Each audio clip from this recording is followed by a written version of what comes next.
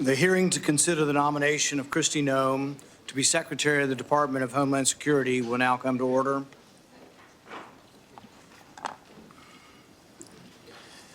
The Department of Homeland Security, with 260,000 employees and nearly 20 distinct components, epitomizes in many ways unchecked power. Its vast responsibilities from border security and disaster response to counterterrorism and cybersecurity demand rigorous scrutiny to ensure that they are executed within the bounds of the Constitution and with respect to the freedoms of the American people. Nearly 2 years ago, when I became the ranking member of this committee, my team sought to understand the extent of this bureaucratic labyrinth. We asked DHS for a comprehensive list of collaborative entities it participates in, task forces, advisory boards, coalitions, commissions, and the like. The response was astonishingly opaque. They stated there is not a single comprehensive list to address all the collaborative relationships that the department and its components engage in. In other words, we do so much stuff and we're so big we can't describe it for you. But if we can't describe what we have, we got a problem. In plain language, the DHS had really no idea. Think about it. An agency commanding over $110 billion annually can't account for its own activities. This is not just bureaucratic incompetence, it's emblematic of a deeper issue, an agency unsure of its own boundaries and commitments. How can an agency fulfill its mission or earn the American people's trust if it doesn't even know the extent of its own operations? But the problems don't stop there. Instead of focusing on critical threats, like securing the southwest border, DHS has shifted its gaze inward, targeting law-abiding Americans. DHS under the Biden administration has often used its vast powers to target Americans exercising their constitutional rights. It's become an agency more focused on policing speech, monitoring social media, and labeling political dissent as domestic terrorism than addressing genuine security threats. While cartels traffic people and fentanyl across an unguarded border, DHS has spent its time and resources creating partisan disinformation boards, spying on Americans through invasive surveillance technologies. The mission drift is dangerous. Every dollar spent monitoring law-abiding citizens is a dollar not spent securing the homeland. Every moment spent targeting political opponents is a moment not addressing real threats like border security, cyber attacks, or the rising influence of adversarial nation states. The priorities of DHS have been deeply distorted, and the American people are paying the price. And what about DHS's response to COVID-19, arguably one of the greatest threats to Homeland Security? The answer is clear: nothing. They knew nothing of the origins, they didn't study the issue, and they had no information about gain-of-function research. We've seen firsthand how unchecked government overreach leads to waste, fraud, and abuse. We cannot let DHS become yet another agency that operates behind a veil of secrecy. The American people deserve transparency, accountability, and leadership that puts national security and liberty hand in hand, not at odds with each other. Today, we gather to consider the nomination of Governor Kristi Noem to serve as the Secretary of the Department of Homeland Security. I hope this hearing will set the tone for this committee's work in the new Congress to restore transparency and accountability to an executive branch that has grown unchecked. Governor Noem, if confirmed, you will lead an agency that has lost its way. Your record as governor of South Dakota and a former member of Congress demonstrates your willingness to make difficult decisions in the face of significant political pressure and to put the interest of the American people first.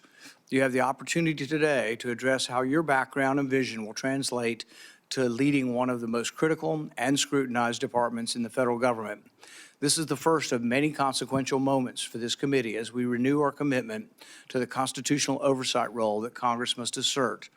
I have no doubt that the nominee will consider in the coming weeks and months that you will be up for the challenge. Governor Noem, thank you for your willingness to serve, and I yield to the ranking member for his opening remarks. Thank you, Chairman Paul. Governor Noem, it's great to see you here today, and I want to first thank you for making yourself available not only to the entire committee, but the discussions that we had in my office, going perhaps a little more in depth in the issues than is possible in a hearing like this, and having that open and frank conversation is something that I appreciate. I also appreciate your willingness to spend time with committee staff as we conduct our due diligence and review of your qualifications and a background to serve as Secretary of the Department of Homeland Security. As our third largest federal agency with more than 240,000 employees and an operating budget of more than $100 billion, the Department of Homeland Security requires strong, stable, and principled leadership. Our nation faces serious threats and security challenges, from securing our borders and combating terrorism to preventing cyber attacks and responding to our nation's increasing number of natural disasters. And DHS is the first line of defense in all of those areas. I appreciated the conversations we had at today's hearing, where we discussed the importance of ensuring that our nation's borders are safe and secure. And while we must address the significant challenges we face on the southern border, we also need to ensure that there are sufficient resources to secure our northern border, something I know you're very familiar with as the governor of your state, including building out our Northern Border Mission Center. This is especially important in my home state of Michigan, which has two of the nation's busiest border crossings, and we're going to be adding another span shortly, the Gordie Howe International Bridge, which will open later this year. To facilitate the lawful trade and travel at those ports of entry that are absolutely critical to our economy, I've worked on legislation to hire additional U.S. Customs and Border Protection officers to meet increased staffing demands. We must secure our borders, but we also know it is well time past to streamline our immigration and our asylum process as well. In addition to border security, DHS is responsible for addressing many threats that face our nation. Just a few weeks ago, unfortunately, Americans were shocked to see two horrific incidents in New Orleans and Las Vegas, a deadly reminder that terrorism and radicalization remain very real and ongoing threats to our homeland. In my role on this committee, I've made combating foreign and domestic terrorism, as well as extremism, a top priority.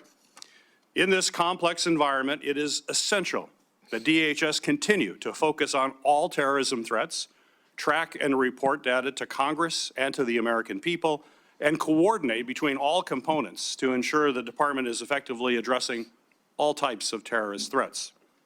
We've also seen the persistent cyber attacks are still a very serious threat, in fact, an increasing threat.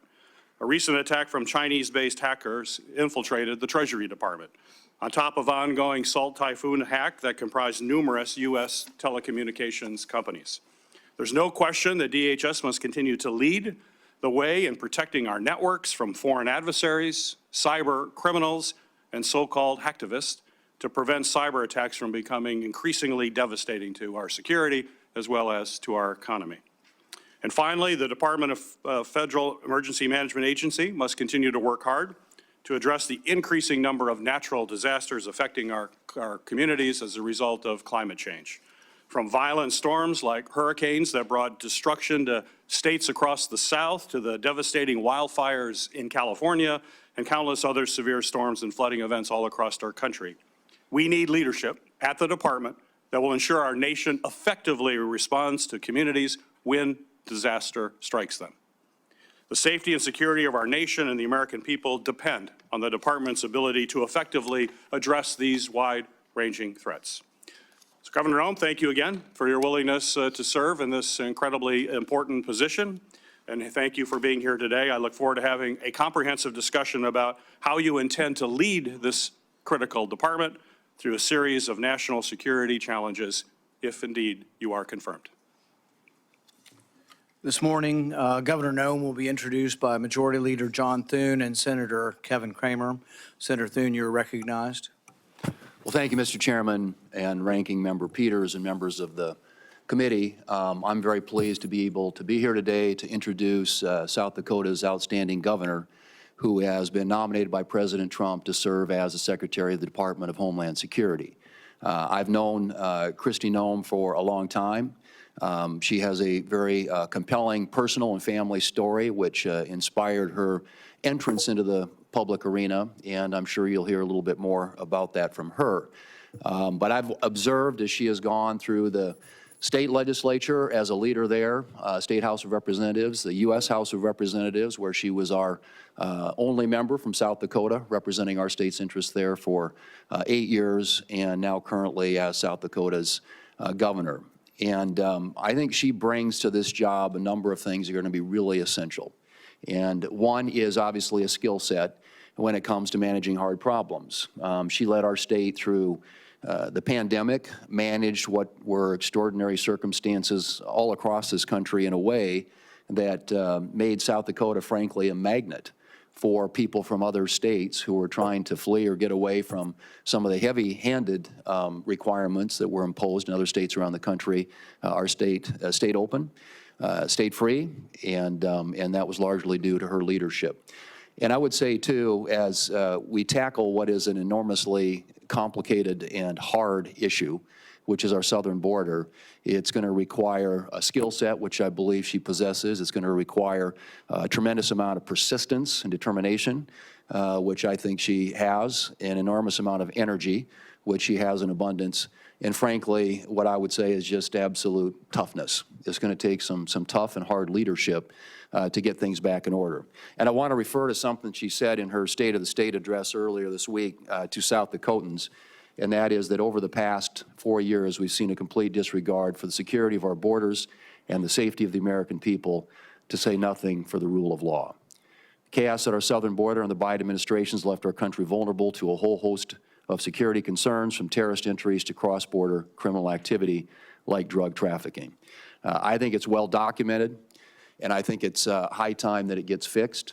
And we have somebody nominated by the president that I believe has the capabilities, the qualities, the experience, and again, frankly, the determination and toughness to solve what is a very, very tough issue, and one which is desperately in need of solutions. So I'm pleased to be able to be here today to introduce our great governor and to thank you for your consideration. I look forward to this committee acting on her nomination, and I look forward to voting for her on the floor of the United States Senate to be the next Secretary of the Department of Homeland Security. Thank you, Mr. Chairman. Senator Kramer. Thank you, Chairman Paul, Ranking Member Peters, colleagues. Once again, I find myself in full agreement with the Majority Leader. It's a good place to be in our business. So this is a very special opportunity for me. And first thing I want to do is thank nearly all of you. I got into almost every one of your offices with Kristi as her very amateurish sitting Senator Sherpa. And the blessing for me was not only to be with my good friend and former colleague, but to learn a lot about this committee that I'm not on, and to get an inside view. And Gary, especially learning how we can work together at the northern border and how similar, although very different, Michigan and North Dakota are. So thank you for your hospitality. You were all very kind to Kristi and to me. But Kristi is a former colleague. You know, when you're the only member of a body of 435 from an entire state, it's really important to have friends. So together, Kristi and I were two out of 435, and if we could get Montana, Wyoming, and Alaska, there'd be 5 of us that could take on the fight. But I know this, I remember our very first year, my first year, it was not hers, my first year in the House, the unthinkable happened, and the House of Representatives failed to pass a farm bill. And all I can tell you was the least secure homeland person in America was the Speaker of the House and the Majority Leader the next day, when Kristi and I doubled up, and eventually we got a farm bill done. I say that because we are living at a time, and Senator Peters, you used the words strong, stable, and principled. I can't think of 3 better words to describe Kristi Noem than those 3 words. I would add this. I'm not surprised that President Trump turned to Governor Noem. Securing the homeland is the #1 priority, our #1 priority, our #1 constitutional priority as a Congress. And it is for sure the #1 priority of the voters in the last election. And it is the #1 priority for President Donald Trump. So naturally, he would say, who is the toughest, smartest, most capable protector that I know? I think I'd like to find a ranch woman, mom, grandmother who knows how to protect her own. And when you grow up on a ranch in the prairies or the West, nobody else is going to look out for your critters. No one else is protecting your family. You do it. And she brings this skill set, as Senator Thune said, as a leader, as a legislator, as a member of Congress, as a governor, a very important. By the way, when I'd get into the room with other governors, Senator Hassan, I might as well have just left because I was now part of a club where I don't belong. But anyway, it was very, very rich because there's an alliance there that's really, really important.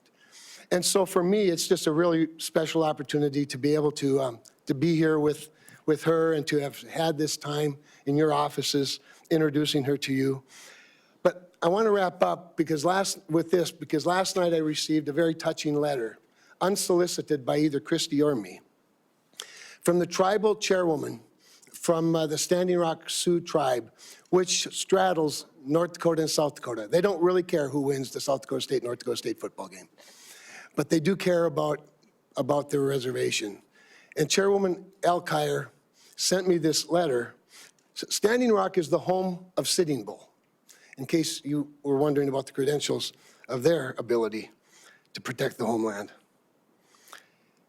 I'll just read a few words.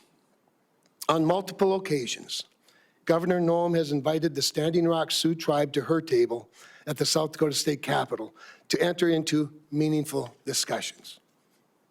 That's what I witnessed when she came to your offices. And Janet writes, it is of great excitement and enthusiasm that our North Dakota Governor Doug Burgum will be at the helm of the Department of Interior, and my hopes remain high that you will feel the same about Governor Kristi Noem at the helm of the Department of Homeland Security. These two governors understand the needs in Indian country and what words like tribal sovereignty, jurisdiction, and consultation mean to the indigenous people. Speaks volumes to her leadership and to her character. It's my honor to support her and turn it over to her. Thank you for those great introductions.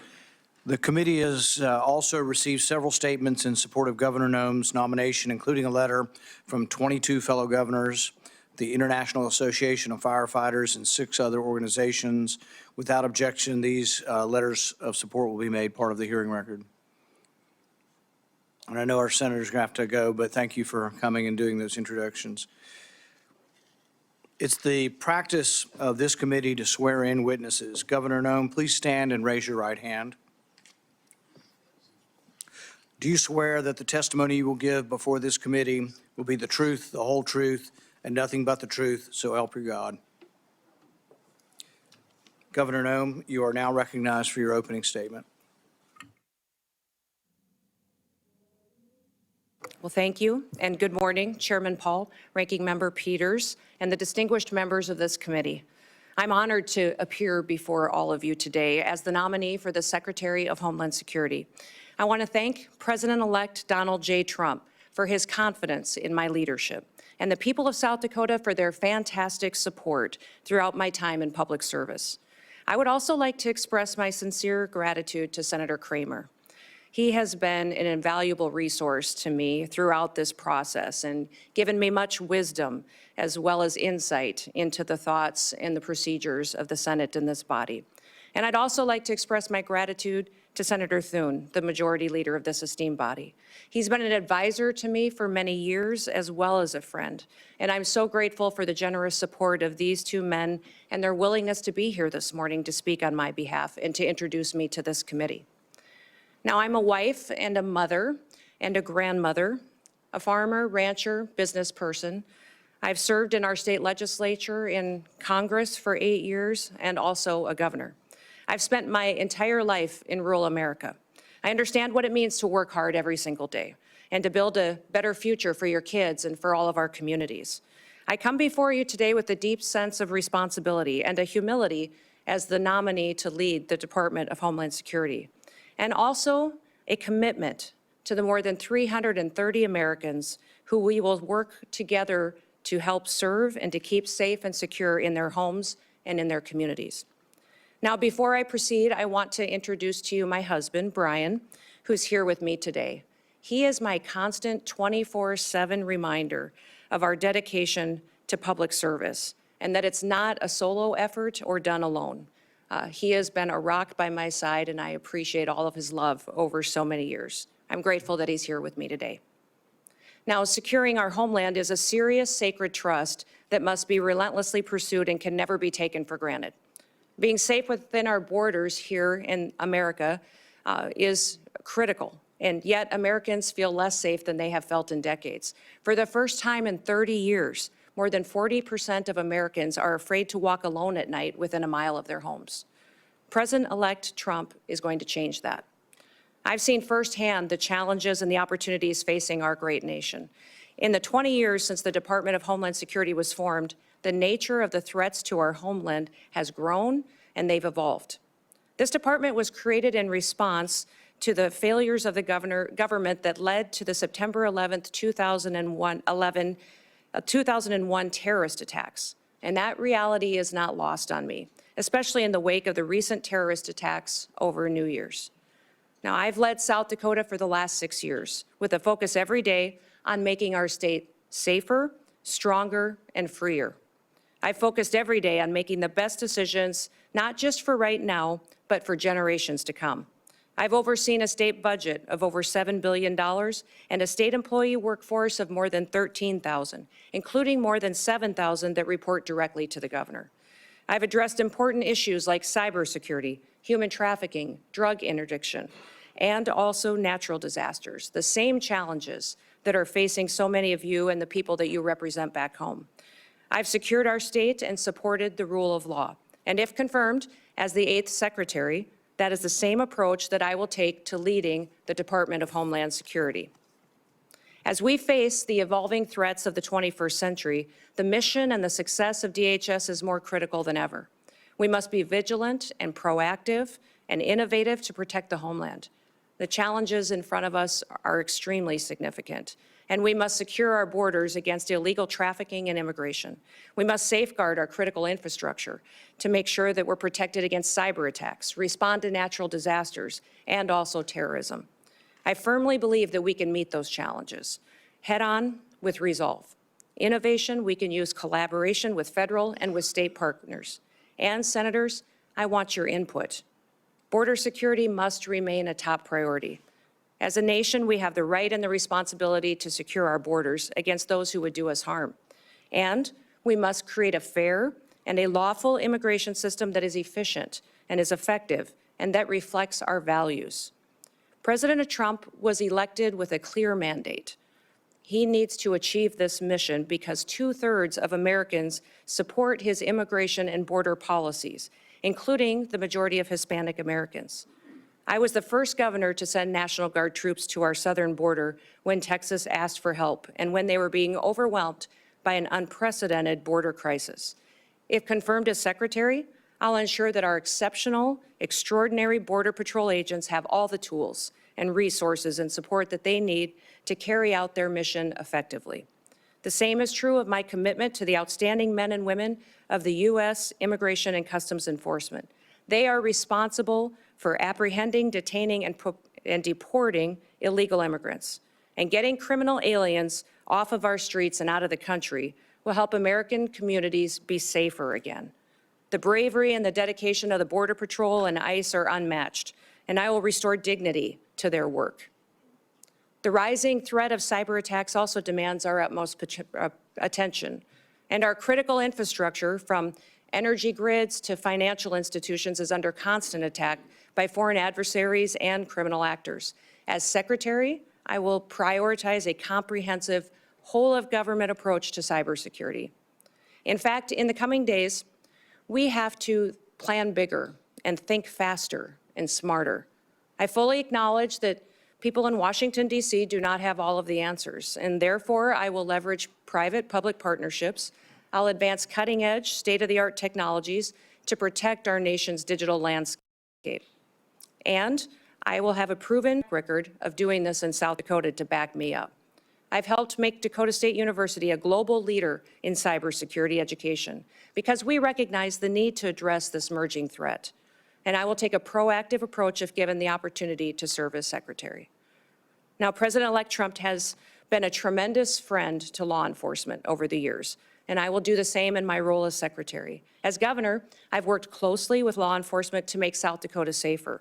I've overseen hundreds of state troopers in the South Dakota Highway Patrol, and on several occasions, I've convened groups of law enforcement from across our state to address policies that will make our people safer. In fact, while some in this country were attacking law enforcement and defunding them, we took the opposite approach in South Dakota. We recruited law enforcement officers to move to South Dakota, a state that respects their service and their sacrifice. And we revamped our law enforcement training to provide the first ever state-led, tribal-focused law enforcement training academy.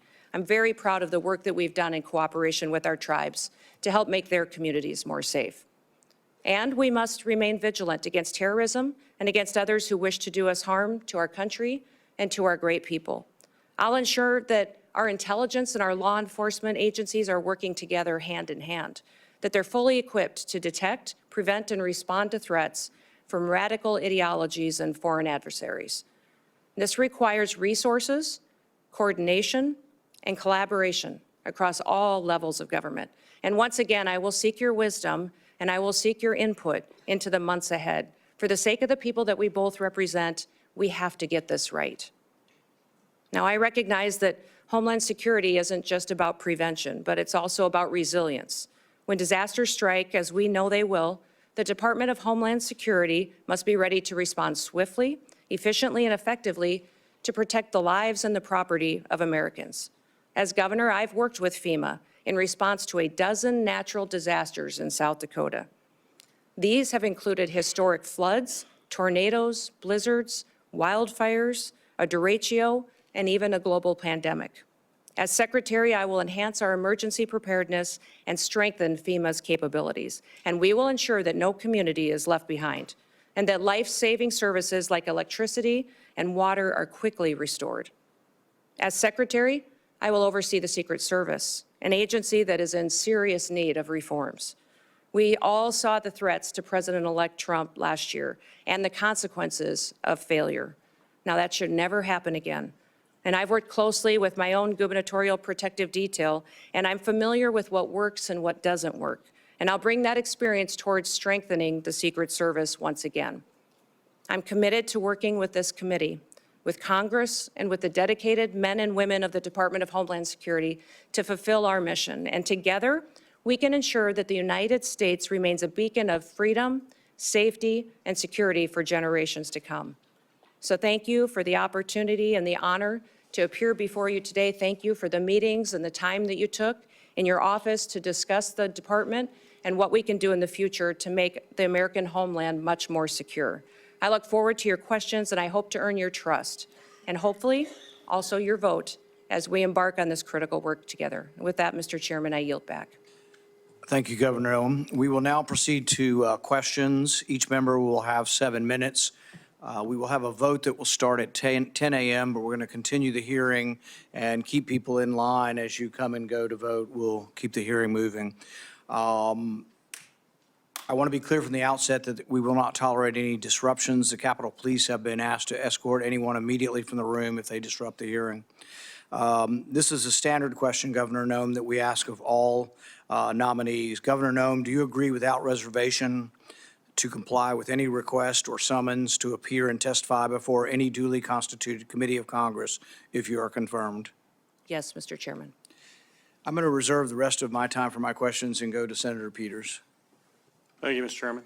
Governor Noem, the DHS Secretary has many competing priorities, as you well know, and you outlined certainly in your opening comments, from our borders to wildfires to cyber attacks. But as you and I discussed at length, and I appreciate you bringing it up in your opening comments as well, we do have a northern border in addition to a southern border. That's absolutely essential that the DHS has the resources necessary at the northern border to carry out its mission, both between ports of entry and all along the border. In fact, we've seen an increase in unauthorized crossings in recent years at the northern border.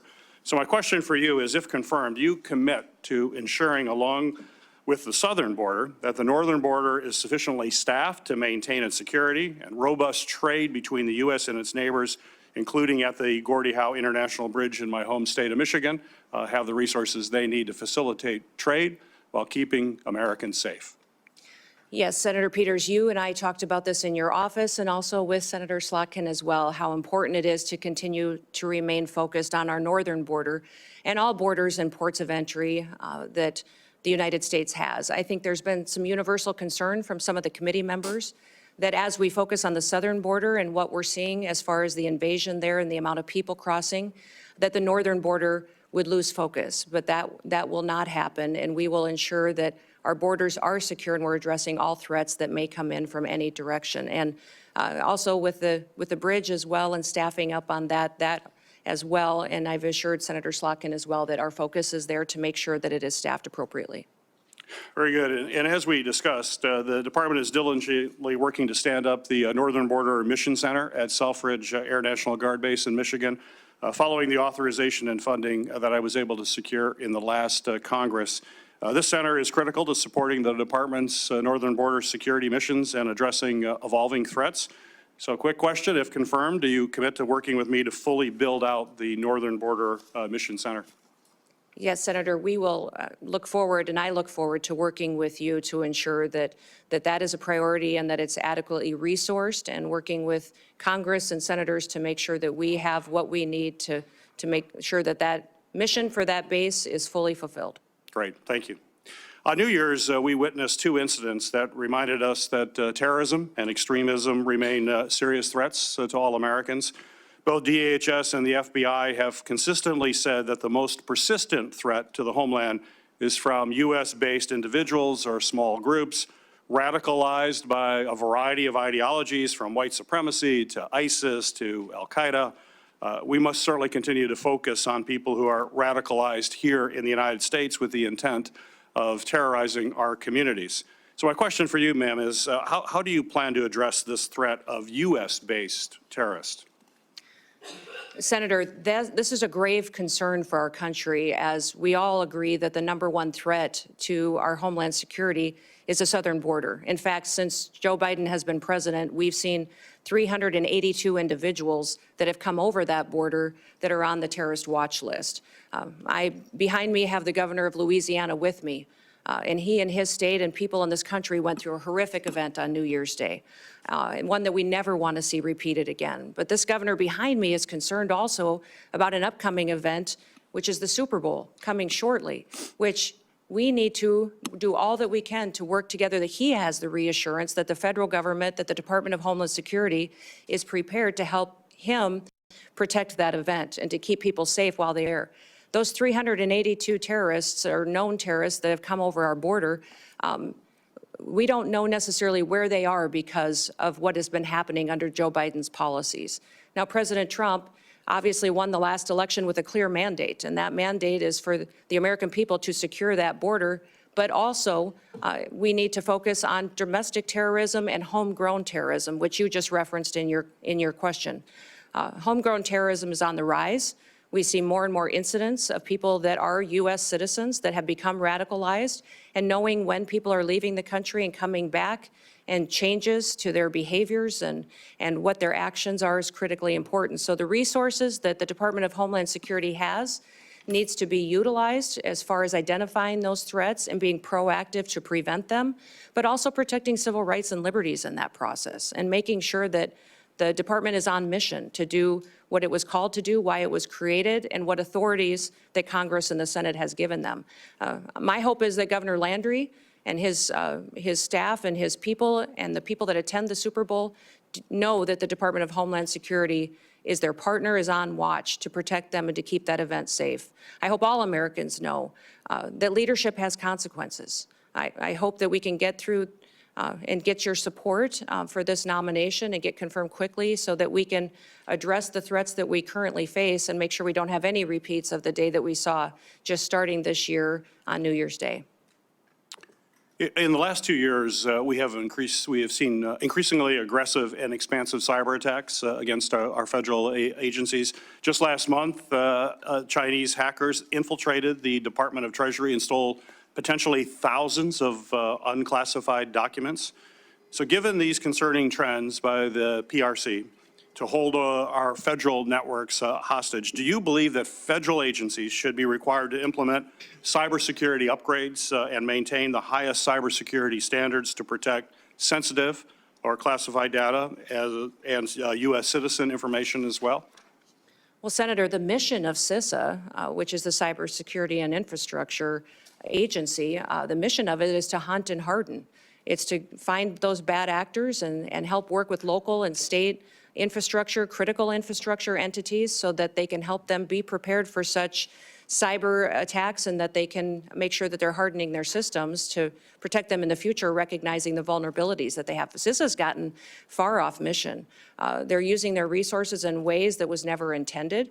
The misinformation and disinformation that they have stuck their toe into and meddled with should be refocused back onto what their job is, and that is to support critical infrastructure and to help our local and small businesses and critical infrastructure at the state level to have the resources and be prepared for those cyber attacks that they will face. You know, Salt Typhoon was a campaign of espionage by the PRC in China against our telecoms, where large amount of data was stolen and taken, and people's private information was taken as well. And we've also seen China and the PRC go after our critical infrastructure with the Volt Typhoon hack. And that was extremely dangerous because there was no reason for them to do that, just to steal people's data and information. The reason for them to go after that was to control our critical infrastructure, for the ability to see if they could shut down a water plant, a utility company, and that was to cripple our country. So these threats are real. CISA needs to be much more effective, smaller, more nimble, to really fulfill their mission, which is to hunt and to help harden our nation's critical infrastructure. Thank you. Thank you. Thank you. Senator Scott. Governor Noem, congratulations on your nomination. Thank you. I think you're going to do a great job. I think it's great that you're a governor and you bring that expertise to the table. So I just went through the campaign to get reelected, and it was after the Butler shooting. I'd asked people, I said, at all my events, I say, raise your hand if you think the acting director of the Secret Service is going to tell us what happened. Not one person. I said, what about Secretary Mayorkas? You know, he's running HHS. What do you think? Or Homeland Security. What do you think? I said, how about Christopher Wray? You know, head of the FBI? Not one person. Can you just talk about the importance of transparency and accountability in government and how you're going to bring that to the table? Yeah, Senator Scott, thank you for that question, because that's what I have found across the country as well, and I know it's certainly true in my home state of South Dakota, is that people don't trust the federal government. They don't trust our leadership and this current administration that's in the White House right now to tell them the truth.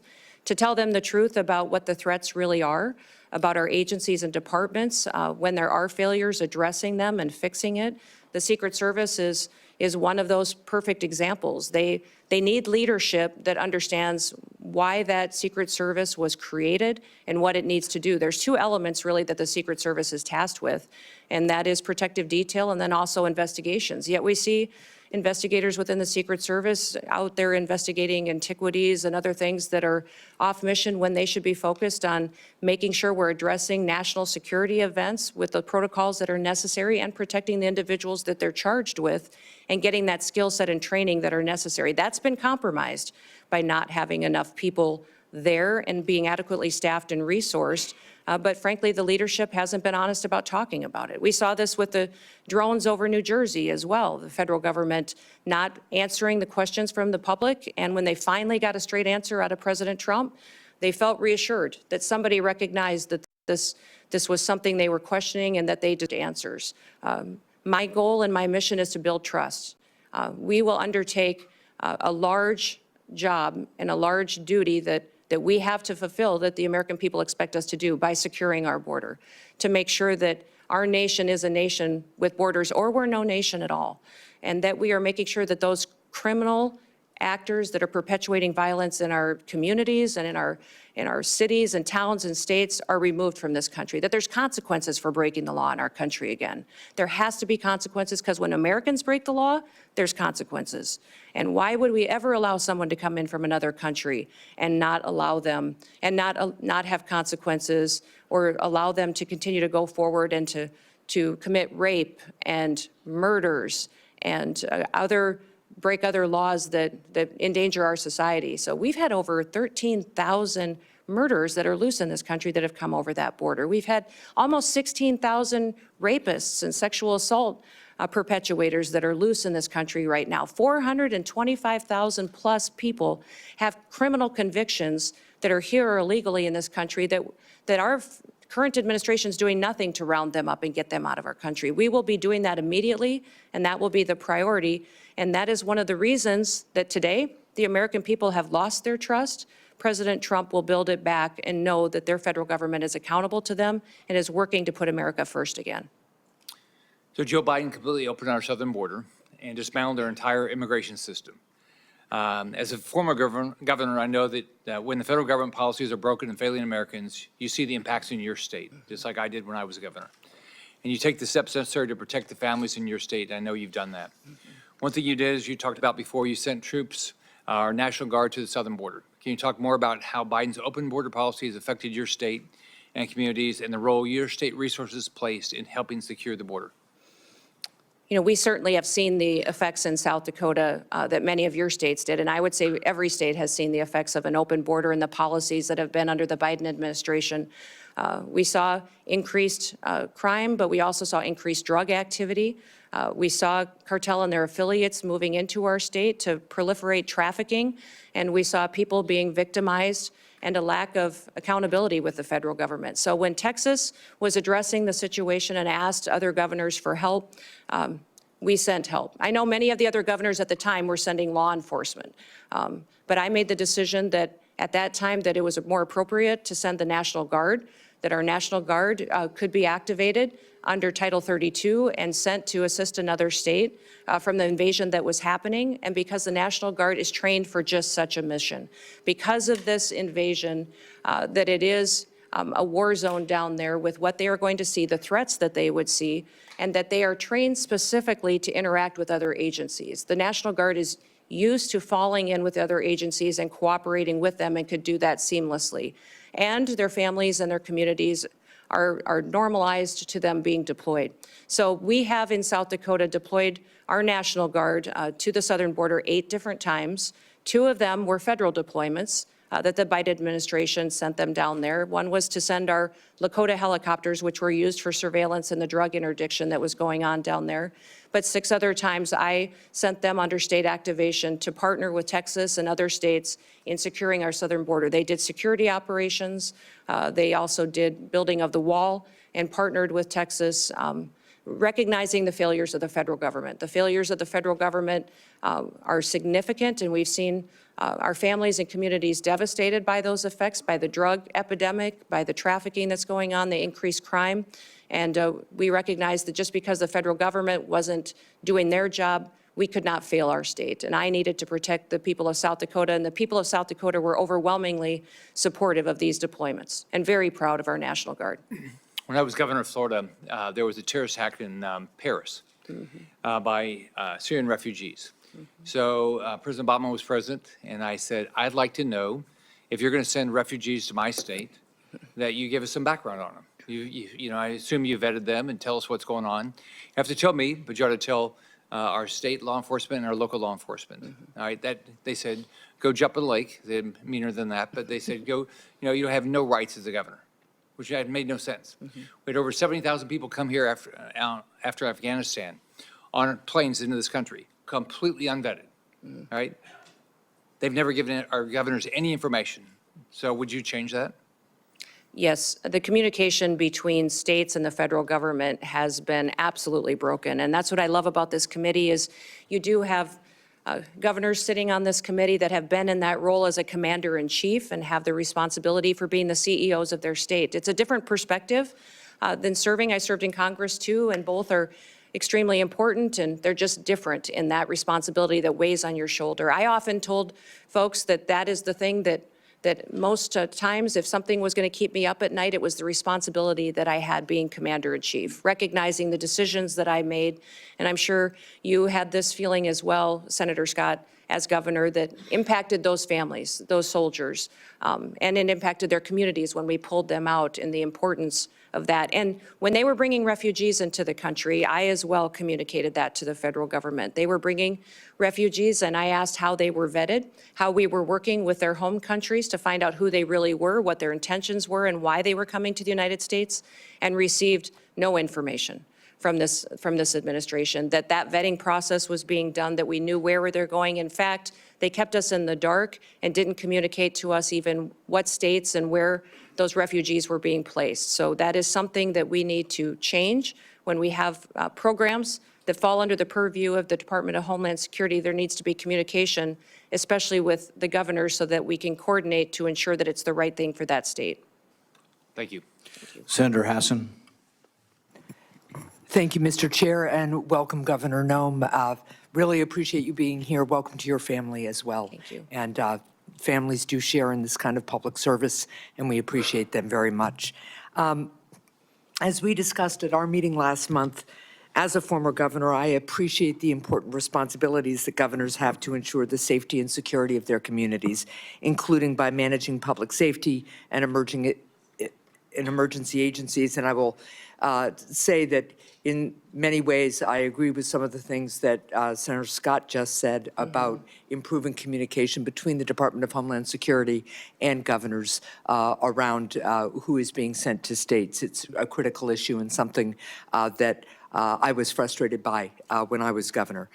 So I look forward to hearing more today about your priorities, if confirmed, about how your experience as governor would help you run the Department of Homeland Security. Let me just start by following up with a question that Senator Peters had also touched on. We have recently in New Hampshire seen a dramatic increase in unauthorized border crossings at the northern border. And when I was at the northern border recently, law enforcement told me about the need for more personnel and resources.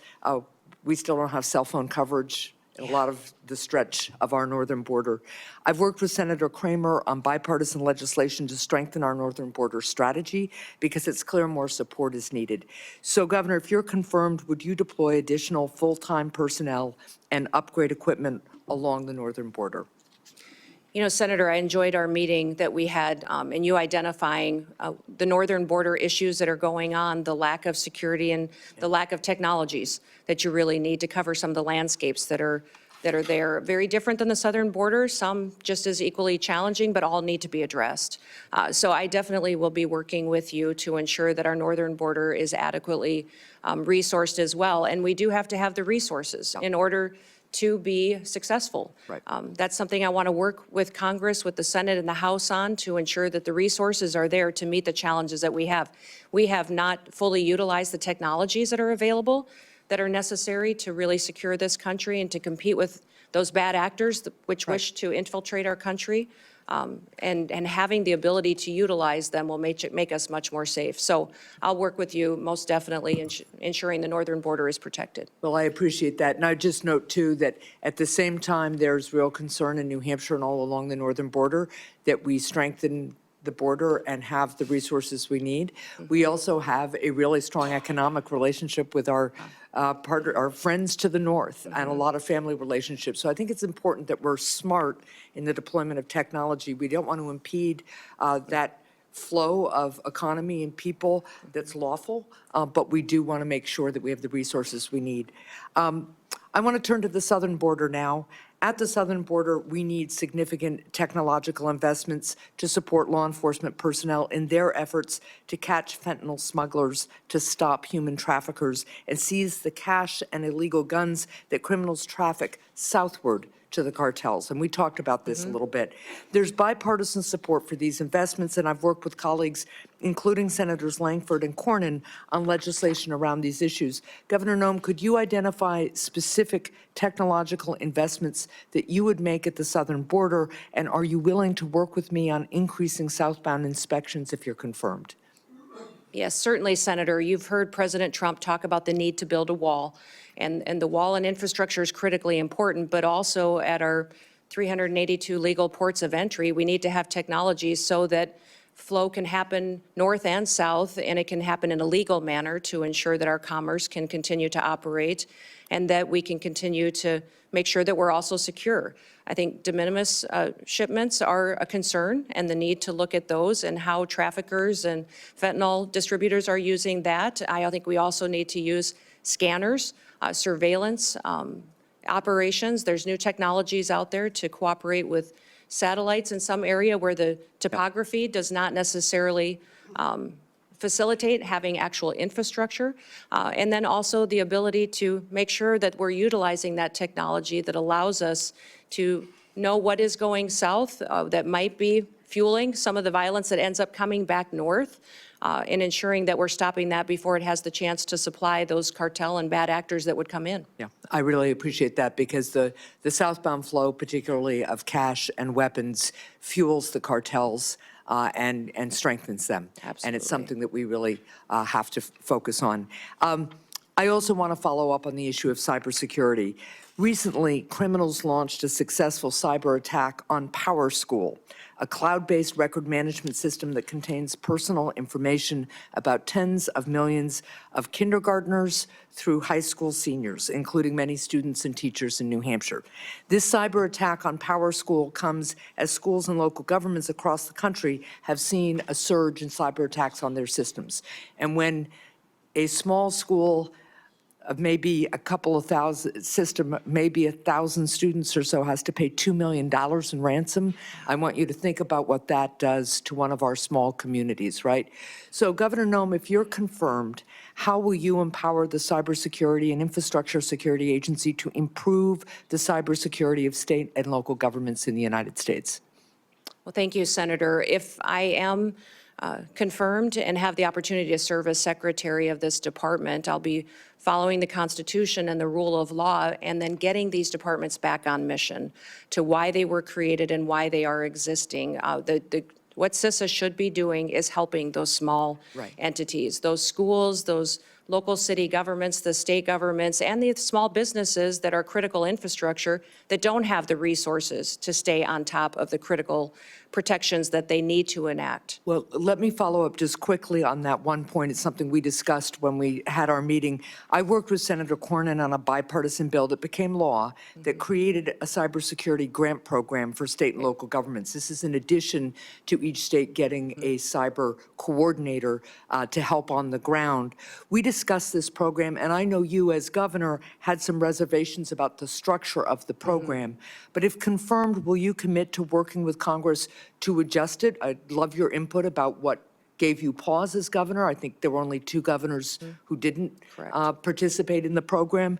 And I hope that as we work on the concerns you have, you'd work with me to adjust and reauthorize the program. Yes, all grants within the department will be evaluated when I come in and be looked at to see what we can do to make sure that they're actually fulfilling the mission to which they were established. What I would say about the cybersecurity grants in South Dakota, when I came in as governor, one of my main priorities was to bring the next industry into the state. Right. And I determined that that would be technology and cybersecurity. In fact, we have Dakota State University in our state, which is a cybersecurity national leader in training those cyber warriors that we need to protect us and keep us safe. I've since then partnered to grow and double the size of that school. We train a lot of NSA employees in South Dakota. And so understanding cybersecurity and my experience in that, I think, is critically important to the department and bringing it to the table to do this. You talked about why we didn't take that cybersecurity grant in South Dakota, and it's because the requirements of that grant would have caused me to grow my state government.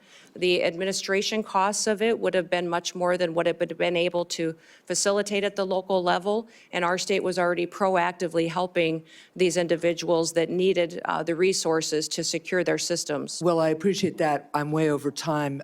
There were very few requirements purposely in that grant program other than to make sure the money was being spent the way we authorized. But let's continue to talk We about will. that. Thank you. Senator Hawley. Thank you, Mr. Chairman. Governor Noem, welcome. Congratulations on your nomination. I'm delighted to see you here. I do notice the chairman of the Ways and Means Committee is over your shoulder Yes. there. I'd have to question your judgment about who your friends are based on that. The great chairman from the state of Missouri. It's fantastic to have you here. You know, the Department of Homeland Security is not particularly old, but you already have what I hope will soon be the distinction of succeeding the worst secretary in the history of the Department of Homeland Security. Alejandro Mayorkas has been an absolute disgrace to that department and frankly to this country. And I'm delighted to see you willing to step up and serve. Let me just ask you something. I repeatedly asked your predecessor when he sat where you're sitting whether the southern border was secure. And he repeatedly told me under oath, it is secure, Senator. And he repeatedly said under oath, our policies are working, Senator, meaning the Biden administration policies that, of course, gave us this devastating open border. So let me just ask you, is the southern border secure as we find it today?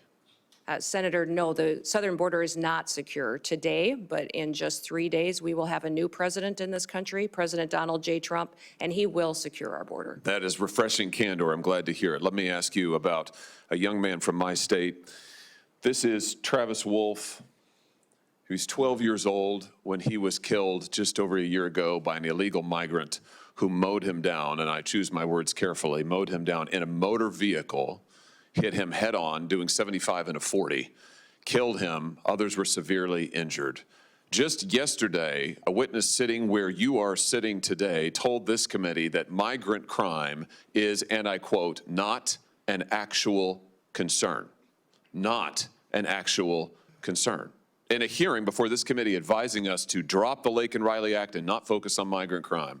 You know, in my state, with the death of people like Travis Wolf and Officer David Lee, who was assaulted and killed in St. Louis, and officers in Kansas City who have been assaulted by illegal migrants, and others who have been carjacked and stabbed, would you agree with me that migrant crime sure as heck is an actual concern and that you intend to do something about it?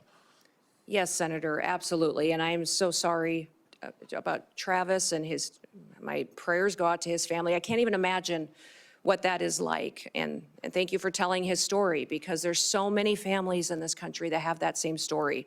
And they don't understand why the federal government is allowing people to come into this country illegally and then perpetuate crimes against their people and then give them resources and shelter and food and debit cards to go take care of their families when they go to work every single day to make sure that they're providing for their families and are held accountable to when they break our laws. So, let me ask you this. Will you work with President Trump to reinstate the Remain in Mexico program that the president had in place in his first term, which does so much to ensure that those who would seek to abuse our asylum system are not allowed into the country, and those who have legitimate asylum claims, their claims are processed in due order and in due course, but they wait in Mexico until those claims are fully processed. Will you work to reinstate that program? yes, Senator, the president and I have talked extensively about this and will 100% partner with him to reinstate the Remain in Mexico policy and make sure that it's in place. Fantastic. I think Travis might be alive today if that policy had been in place. Let me ask you about CBP One, the phone app that I've called Concierge Service for Illegal Immigrants. I'm sure you're familiar with it. This was the Biden administration's effort to allow asylum seekers to apply ahead of time using their phones, but not actually to provide any evidence that they needed asylum.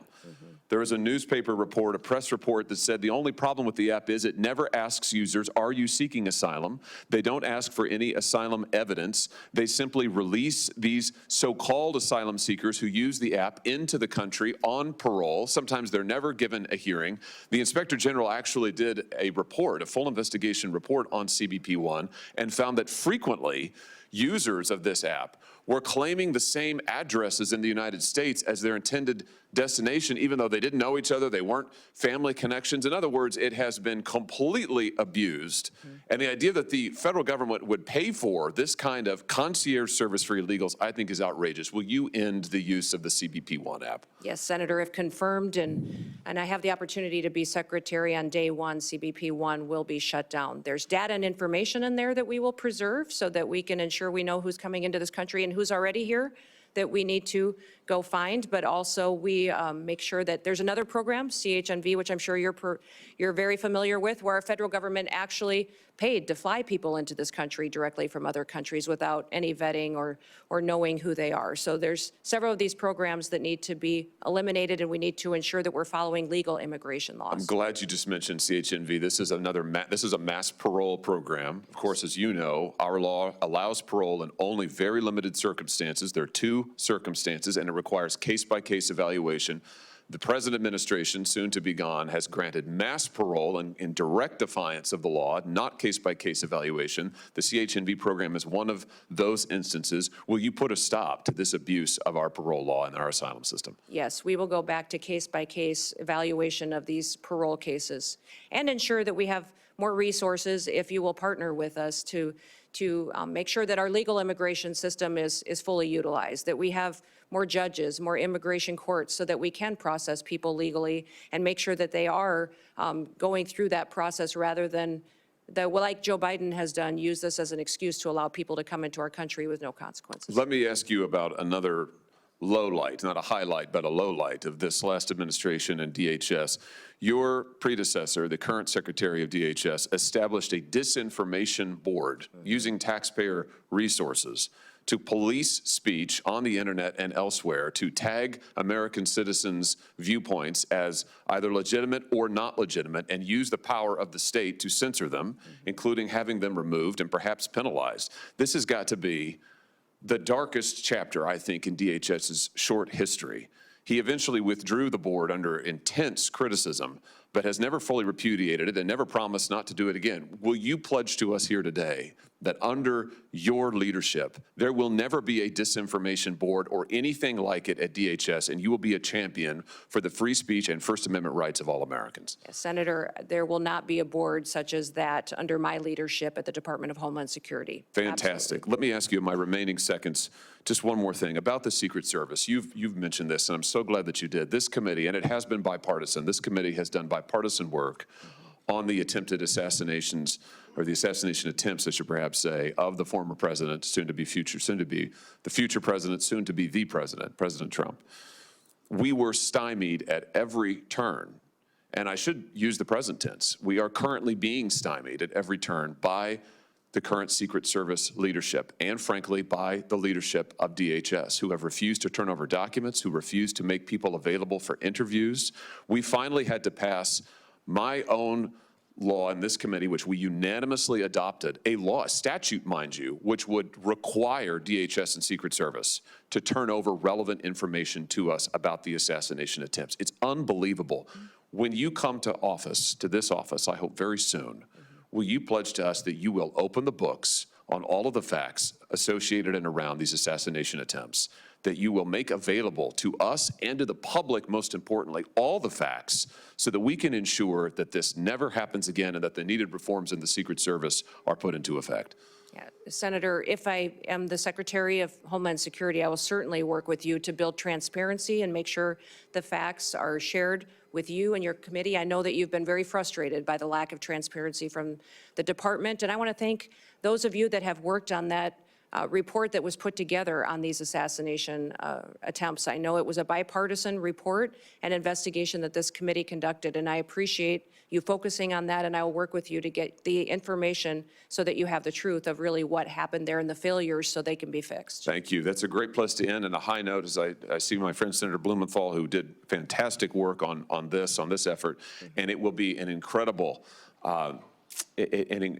new day, and incredibly refreshing to have a DHS secretary who will tell us the truth, who will be honest with us about the facts, honest with the American people, and who will enforce our law. And I know you'll do that, Governor Noem. I look forward to supporting your nomination. Congratulations. Thank you. Senator Blumenthal. Thanks, Senator Johnson. Welcome, Governor Noem, and thank you for being here. Thank you for visiting with me, and thank you to your family for their service as well. Let me begin on a high note, thanking Senator Hawley for his leadership on the effort that I led with him to essentially get some basic facts out of the Secret Service when we were investigating, Senator Johnson and I, as leaders of the Permanent Subcommittee on Investigation, helping to lead it with the chairman and ranking member here. And I'm hoping that you've read our report and that you will agree to begin implementing its recommendations, which call for major reforms, in my view, a house cleaning top to bottom in the Secret Service, and greater transparency with this committee and with the American public. Yes, sir. I will certainly work with you to do that and to work to make sure that we have that transparency and the committee has the information that it needs to do due diligence of its oversight. Our investigation is continuing. Yep. Senator Johnson and I have discussed it, and we will be making more requests to pursue the fact-finding that is so important. I want to ask you about disaster relief. California is on fire. The fires raging there are going to leave destruction and devastation that is heartbreaking. I am really disappointed with some of the statements that President-elect Trump has made. For example, saying that, quote, "We won't give him," referring to Governor Newsom, "money to put out all his fires, and if we don't give him money to put out fires, he's got a problem." The specter is there of potential discrimination based on politics, withholding money from California or other states. It's not an unfounded fear. In the last administration, there were public reports about President Trump withholding money from the state of Washington because of his disagreements with Governor Inslee. Connecticut, like the rest of the nation, suffers from these natural disasters. Most recently, in August, we were hit by major flooding, and these natural disasters are going to become more frequent, as will be the need for the federal government to meet the requests for declarations of natural disaster. I assume you will agree with me that withholding disaster relief by President Trump or any other chief executive of the United States is a violation of his duty and of law. Well, Senator, leadership has consequences. And looking at the tragedy that's happening in I want California to ask you is... yes or no, with all due respect. It's an easy... What's happening in California is the ramification of many decisions over many years. But under my leadership at the Department of Homeland Security, there will be no political bias to how disaster relief is delivered to the American people. So if President Trump were to say to you, we're going to withhold money from Connecticut or Michigan or any of the states, Iowa, because we don't like the governor or we don't like the politics of the state, you would stand up to him and say, Mr. President, we need to allocate that money. Well, Senator, in 3 days, President Trump will take an oath to uphold the Constitution and the rule of law in this country, and he will do that, and I'll be glad to have him back. And I don't assume that's a speak yes. to hypotheticals, which is what you're asking me to do, but what I will tell you is that as Secretary, I will do the same. I will deliver the programs as the laws dictate. Well, it's more than a hypothetical, with all due respect, and I apologize for interrupting you, but my time is limited, as you know, as a veteran of these hearings. It's more than a hypothetical. It's based on experience with President Trump withholding money from Washington State and elsewhere. I need to know from you, will you stand up to the President and say, no, the Constitution and the Impoundment Act requires us, for example, to allocate the $100 billion that we have just appropriated in the last session to states like Connecticut, $3 million, Texas, $10 million, almost every one of the states represented here. Will you say no to the President if he withholds that money? Sir, I don't know about the scenarios that you're referencing with President Trump, but what I will tell you is that if given the chance to be Secretary of Homeland Security, that I will deliver the programs according to the law and that it will be done with no political bias. And if the programs change or if you decide to change the rule of law, then I will follow that while adhering to the Constitution. So you pledge to allocate and distribute that $100 billion? According to how the program is written, with no political bias. Every American deserves to be there and have disaster relief, the same as their neighbors. Basically following the law. Yes. Let me ask you, Senator Peters asked you about homegrown terrorists. The New Orleans tragedy was the result of a homegrown terrorist born in this country, radicalized by ISIS. And it reflects the reason why the intelligence community, the FBI, almost all of our law enforcement has said repeatedly, domestic violent extremism is the most lethal and persistent threat to our security. That terrorist was radicalized by ISIS. The investigation is underway. We don't know all the facts, but we do know that he was a military veteran, and ISIS was responsible for radicalizing him. Shouldn't we focus on ISIS as a threat to this country's security? Senator, certainly we should be focused on all threats to this nation's security. That's the mission of the Department of Homeland Security, and homegrown terrorism is growing. We have more and more incidences. The tragedy we saw and the terrorist attack in New Orleans. What will you do to combat it? What will you do to stop ISIS and other extremist organizations from radicalizing people in this country? Well, certainly, Senator, I'll continue to work with the administration and our partners and the Department of Defense, the intelligence agencies, also within Secretary of State and the other branches and cabinet officials to make sure we're bringing all resources to bear to identify and to stop these types of terrorist activities. What I would say is the cybersecurity and intelligence elements that we have within the Department of Homeland Security have been incredibly siloed. They have not communicated with other intelligence agencies like they should and partnered. INA has some interaction, but not enough. And we also need to have CISA have interaction with the FBI, CIA to make sure they're working together to stop these types of threats and identify when they're growing among our citizens and how they become radicalized. This area of questioning, I think, is supremely important. I know there's a lot of focus on the border. We all want more border security.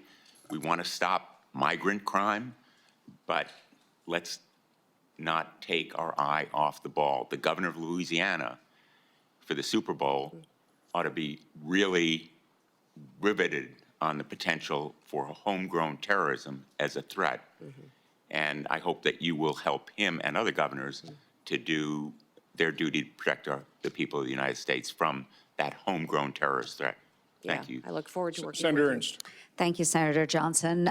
Governor Noem, thank you so much for being here today, and I want to thank you for your continuing service, the service that you had as a member of Congress, the service that you have displayed as a governor of the great state of South Dakota, our neighbor to the northwest, and for being willing to step up and take on this immense responsibility.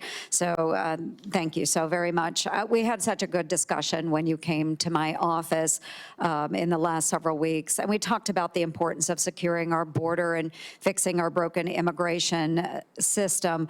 And I'd like to start today by sharing a story about one of my constituents from Council Bluffs, Iowa.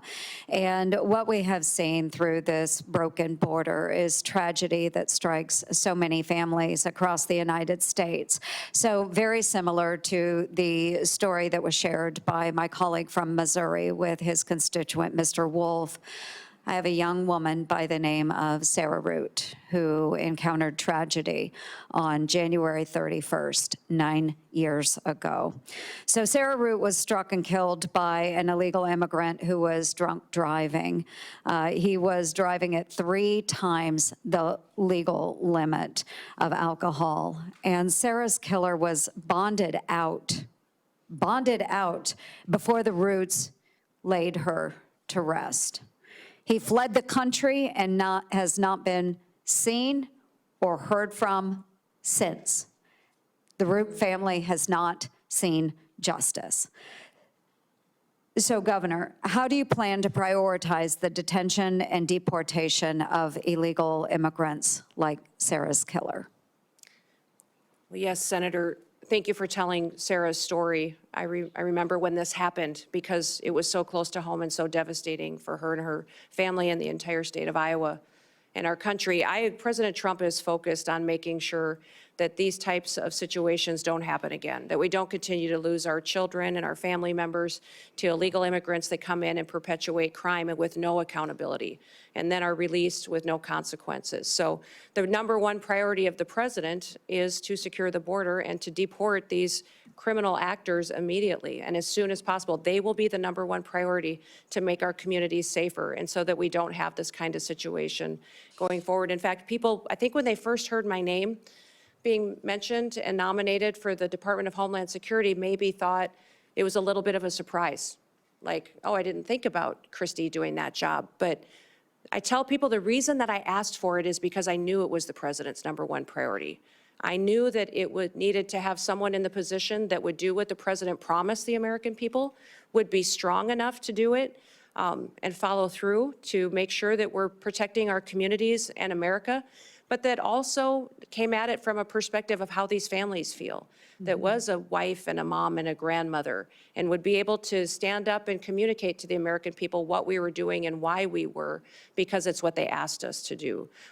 I have 3 grandchildren and 1 more on the way, and when I look at little Miss Addie every day, I just think, what kind of a country is she gonna grow up in? What kind of a country will we leave her and her brother and his sister? And I don't want them to think that their grandma sat on the sidelines and didn't do all that she could. So I will enforce the Constitution and the law, and I will make sure that when people enact horrific things like this that happened to Sarah and her family, that there will be consequences for it. Yeah, absolutely. And as a fellow grandma, I know that you are perfectly positioned to enforce this. I do want to move on to another topic that we visited about in my office. So I'm the founder and the chair of the DOJ Senate caucus. And so we do need greater government efficiency. And I do believe in order to do that, we need less of our employees teleworking and more of those government workers back in the office working for our constituents. And to that end, it ties together then too. We just found out that the Treasury Department had a cyber attack on December 8th from China.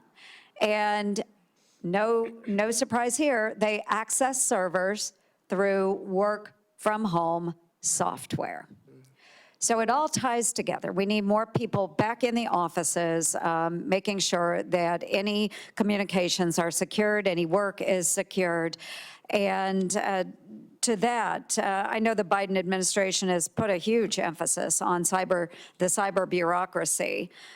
But they haven't really done anything about it. And they haven't given any authority to those that are enforcing the standards. So we need to enforce the standards that are set forth to make sure the cybersecurity is truly there. But what can DHS do? One, with telework, how do we get the employees back? And then 2, how do we make sure that our systems are secure from these cyber attacks? Well, Senator, thank you for focusing on remote work and the need to get people back in their offices and accountable to the work that they do. In fact, I've heard since being nominated for this position that many of the agencies within the department are not showing up, they're not doing their jobs.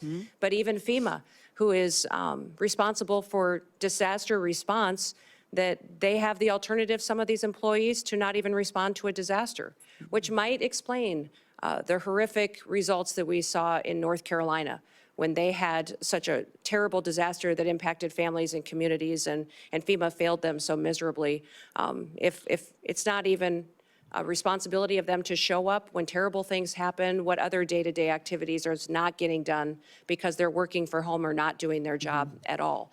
You talked about cybersecurity and the need to ensure that our systems are safe and secure. One of the things that disturbs me the most is that we don't necessarily even know how some of these espionage attacks that have infiltrated our systems have happened. We don't know how to stop them yet. We don't have the knowledge, and that our departments and intelligence agencies and cybersecurity agencies have become siloed and aren't working together to stay in front of these bad actors. But many times our most vulnerable area happens at the state and local level. Some of these smaller entities that feed information into our systems is where they choose to infiltrate and get our data and to really hold for ransom many of these companies and then impact our federal systems as well. So one of the first meetings I had when I was elected governor with the former governor during the transition was he said the number one priority you're going to have as governor is to secure our systems. He said our systems are so antiquated and we've had over 16,000 hacking attempts in just the last month. You need to secure our systems to get it done. So that was a priority for me. And to do that, and we fully funded it and got it done in South Dakota, and it's being implemented today. I look forward to doing that at the federal level to make sure that people's data and information is safe, but also our country is safe from these bad actors that have a plan to take us out. Well, thank you. My time has expired, but I do want to end on a note that another thing that I do truly appreciate about you and your nomination is that as a governor, you have worked with those local constituencies as well and those local governments. And I know that this will be an incredible strength that will ensure continued success for you within the department. So thank you, Governor, very much. Thank you, Mr. Chair. Senator Kim. Thank you, Chairman. Governor, it's good to see you. Good to see you again, Thanks for too. coming before our committee. I wanted to just ask you, not just about your work, but how it's going to fit into the broader incoming Trump administration. And in particular, I guess I'm uncertain about roles and responsibilities regarding your position and Tom Homan's. I guess I just want to ask you just point blank, like, who's going to be in charge of the border? Well, the president will be in charge of the border. It's a national security issue, and the president is in charge of this country and has made a promise to the American people, and we will fulfill his agenda. Well, that was a good answer. It's the answer I would have given as well. But I guess I got confused. When Trump made the announcement about Tom Homan, he said, quote, I'm pleased to announce that Tom Homan, and said that he's in charge of our nation's borders. So I guess, again, I'd just like to go back to you. How are you going to work with Mr. Homan? What is the division there? I'm trying to get a better sense of who's in charge. Yeah, Tom Homan is an incredible human being who has over 30 years of experience. Incredible experience. Yeah, I get at the that. border I'm just trying to and think the through insight and wisdom. decision-making process when it comes to your work. For instance, will he be giving orders directly to CBP, ICE, USCIS? Tom Homan has a direct line to the president. He is an advisor to the president, the border czar.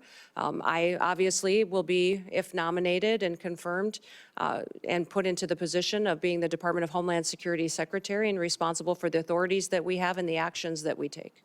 I say this because I actually want to make sure that we're empowering the next Secretary of Homeland Security. Yes. You know, in the legislation that was codified by Congress and moved forward that started this after September 11th, it said, quote, all functions of all offices, employees, and organizational units of the department are vested in the Secretary.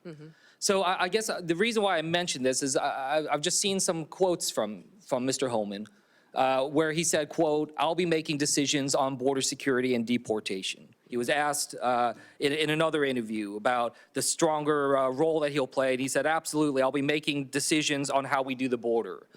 So I just raise that as a concern of mine, because not only is that about the function of our executive branch, but also the capabilities of this committee to be able to properly do our constitutional duties for oversight, the ability for us to be able to have that conversation. We can talk to you, engage with you, that is the direct way. But if he is going to be making decisions, then he should come before this committee as well. And I know that that's something where, as far as I know, his role will be directly at the White House, is not something that will be under the purview directly of this committee. So I just wanted to raise those concerns. Yeah, Tom and I work very well together and talk and communicate all the time, and we'll be working together on a daily basis when we're in our positions under the new administration.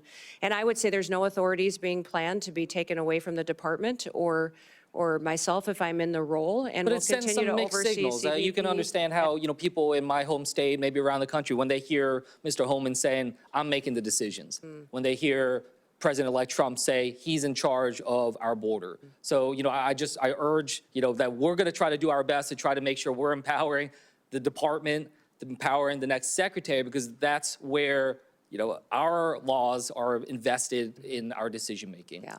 Well, thank you, Senator, and we'll make sure you have all the information that you need. And Tom, working directly with the president, and I working directly with the president, hope to help you get all that you need to reassured that the authorities will stay the same as they currently are, but we will continue to work to secure that border and make sure that we're working together in that way.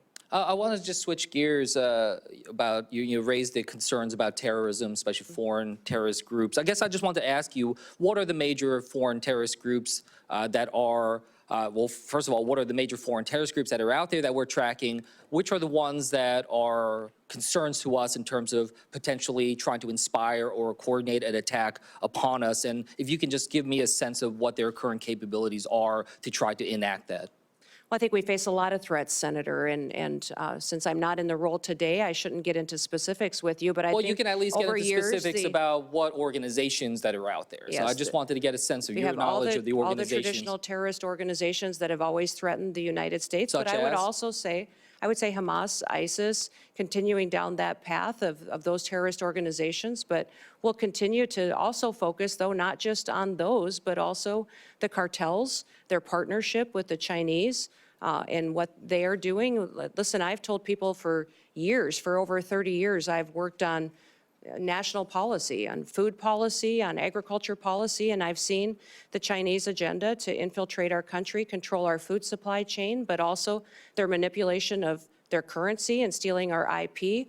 And now I believe that this fentanyl crisis that they have flooded our country with is geared, and the purpose of it is to kill our next generation of Americans. No, It is to I don't control us. discount the So importance when you of those. focus on one or two groups, I think it takes your eye off the ball as to where all the threats could come from. We just spent a significant amount of time talking about homegrown terrorism as well. Correct. And I'm glad we're having that conversation. But the reason why I mentioned it, I was not trying to quiz you or anything of that nature. It's just that, when the Department of Homeland Security, when their threat assessment for 2025 lists 3 organizations, lists Al-Qaeda, lists ISIS, in particular ISIS Khorasan, and the IRGC and the threat from Iran. I just want to make sure that I get it. You're talking about the importance of the border. We all understand that. We want to work with the incoming administration to try to have an orderly process, one with that.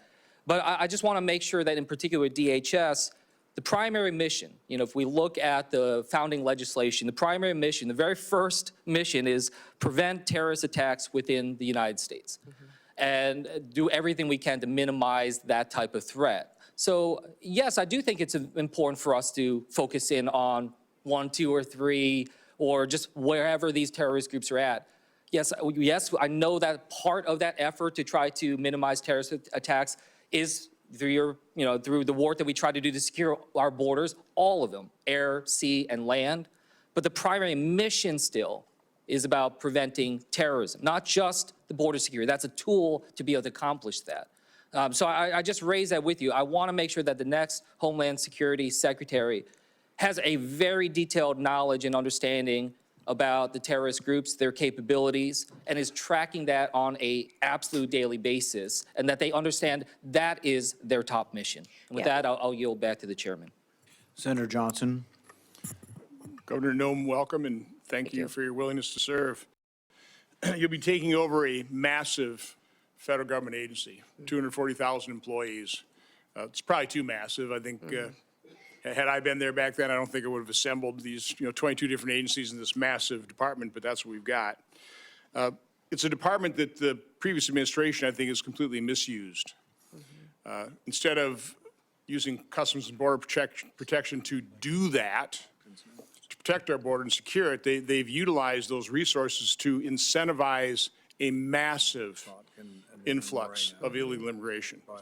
Instead of using the Cybersecurity Infrastructure Security Agency to do that, they instead engaged in mission creep and utilized it to censor Americans with the Misinformation Board. I am concerned about disaster relief, just federal disaster relief in general, creating greater and greater and increasing levels of moral hazard, resulting in higher costs of these disasters. So let's cover each one of those kind of in order. How do you gain control over a massive agency whose resources and personnel have been misused. I mean, how do you root out those individuals who, instead of securing our border, opened it up and facilitated this?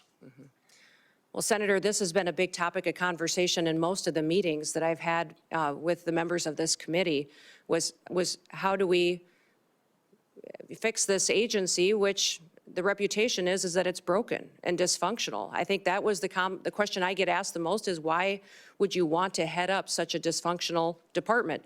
And I would say that because the mission of the department is to secure the homeland and our people. It's our biggest vulnerability right now.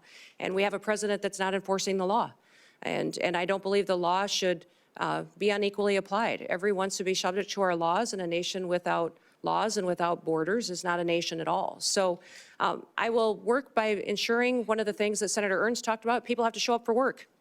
I think there's going to be a majority of people who don't have their primary mission to secure the homeland, that if they don't want to show up for work, then maybe they're just not truly passionate about protecting America. I think they need to do that, and they need to recognize what their job is. The morale in DHS is very low. I'm going to let people do their jobs. I'm going to remind them what their jobs are. Some of these Border Patrol agents haven't been able to do their jobs for a very long time. They've been processing paperwork and facilitating an invasion when they should be back securing our border, which is why they were recruited and wanted to serve there to begin with. We're going to build partnerships with local law enforcement, with ICE and task forces. So we're communicating again with local sheriffs and mayors and law enforcement to partner together.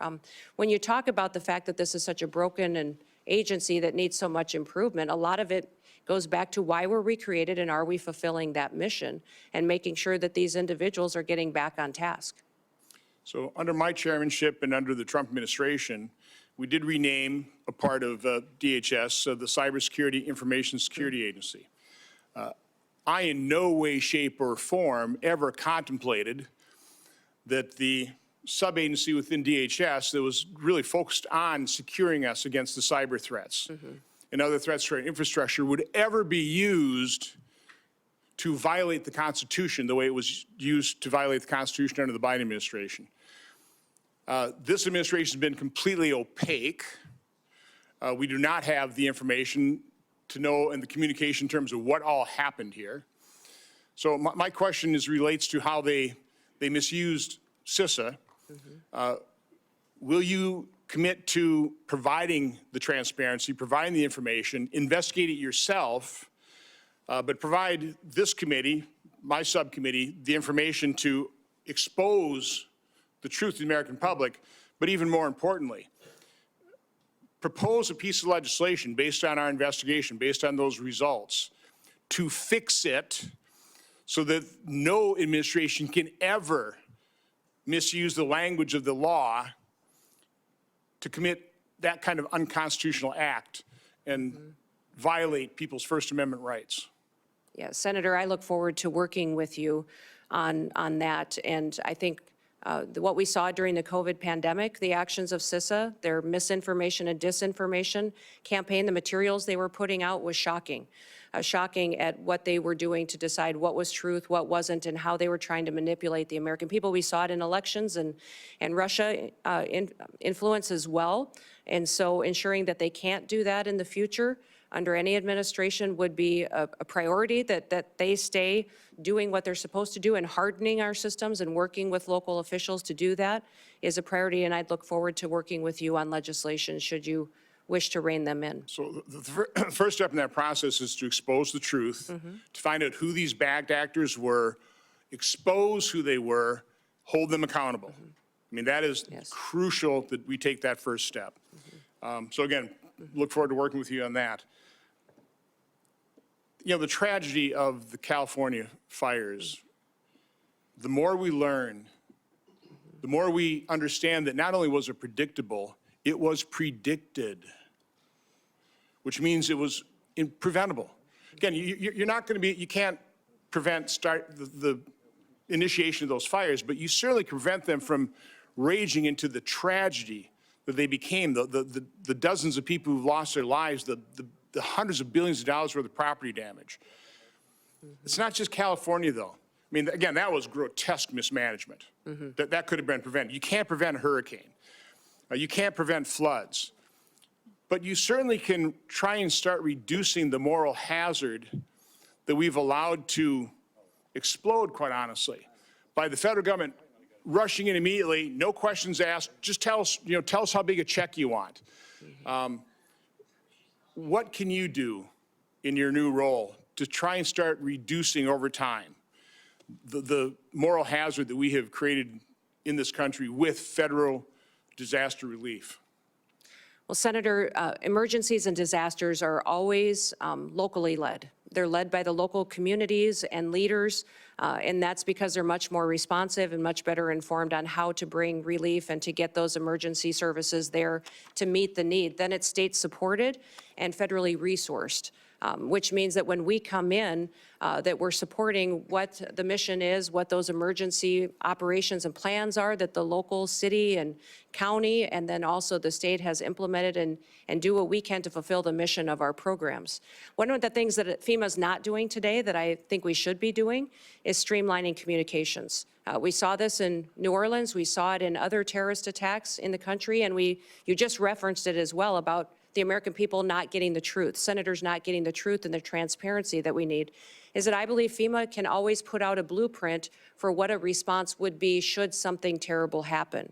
And when we look at the Secret Service, what happened in Butler, we saw that communication was an issue, that the Secret Service wasn't communicating and balls were getting dropped with local authorities, local law enforcement, and we can put forward a blueprint for how communication can happen and be streamlined between the federal government, the state, and the local entities, so that should something happen, this is how we talk to each other, to make sure that the public has the facts, they're not getting misinformation, which happened with the New Orleans terror attack just recently, but also up in Pennsylvania as well. That blueprint is what we do at the state level that FEMA has failed to do, to proactively educate the public on what everybody's roles are, what we do should something happen, whether it be a natural disaster or a terrorist attack or an emergency response is needed, that we can put out those blueprints ahead of time, educate people, train those local entities, which they currently do to a certain extent today, but not good enough to really know that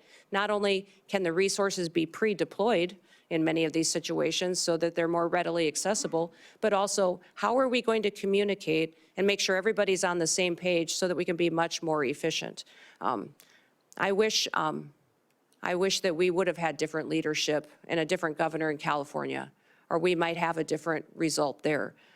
But in the Department of Homeland Security, we can do all that we can to make sure that the people that live in California know that they're going to get a response from the federal government that's appropriate, and we did all that we could to make sure that they had the information ahead of time so they could protect themselves when they do have a failure in leadership like we've seen. Well, thank you and good luck. You bet. Since Senator Johnson brought up California fires, I have to interject here. We talked about burn policies, these are local policies, how we try to not have so much brush and things like that.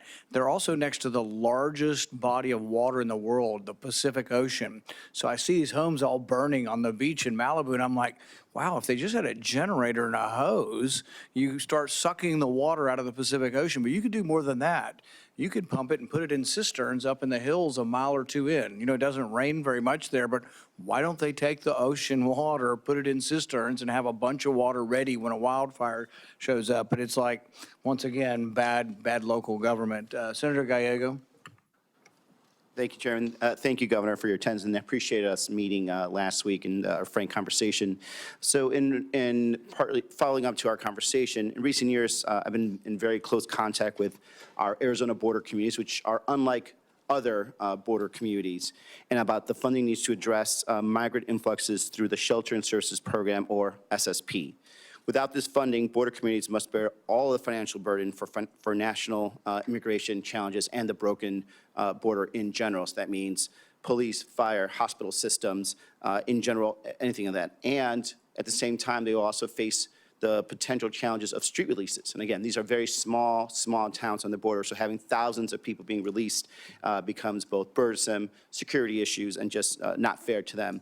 And we get lumped in with places like New York and Chicago about how they do their shelter programs. Our shelter programs are not the same as New York and Chicago. We do not permanently put people in apartments or anything of that nature. We are trying to move people away from the border so that way they don't become a burden on these very, very small communities. So I'm very highly concerned, as I told you in our meeting, when the SSP program becomes politicized and to the point where we get lumped in with those programs which I don't think are effective and are actually counterproductive, and it ends up depriving our small Arizona borders of these very, very vital funds that they need. So as DHS Secretary, how would you ensure that border communities are not left to respond to and pay for these immigration influxes, the broken border system on their own? And when you commit to helping really not politicize or just join the SSB program to the point where places that are doing things correctly, like Yuma, Arizona, like Pima County, like Cochise County, aren't lumped in with the people that are doing things incorrectly, like New York State and Chicago?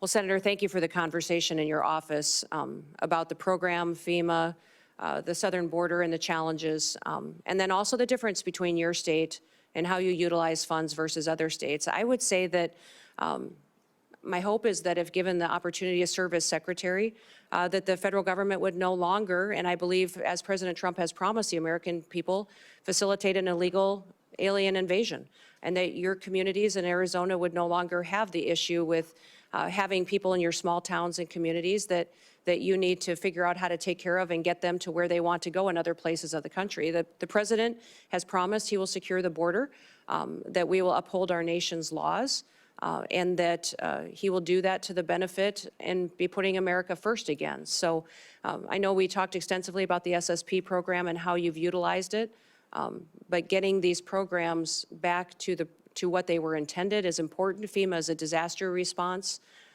agency, and some of the facilities that have been utilizing these types of funds and dollars need to be reevaluated and to make sure that it's truly doing the service that is upholding our nation's laws. And certainly I understand reevaluating, especially how some of these states have been using it.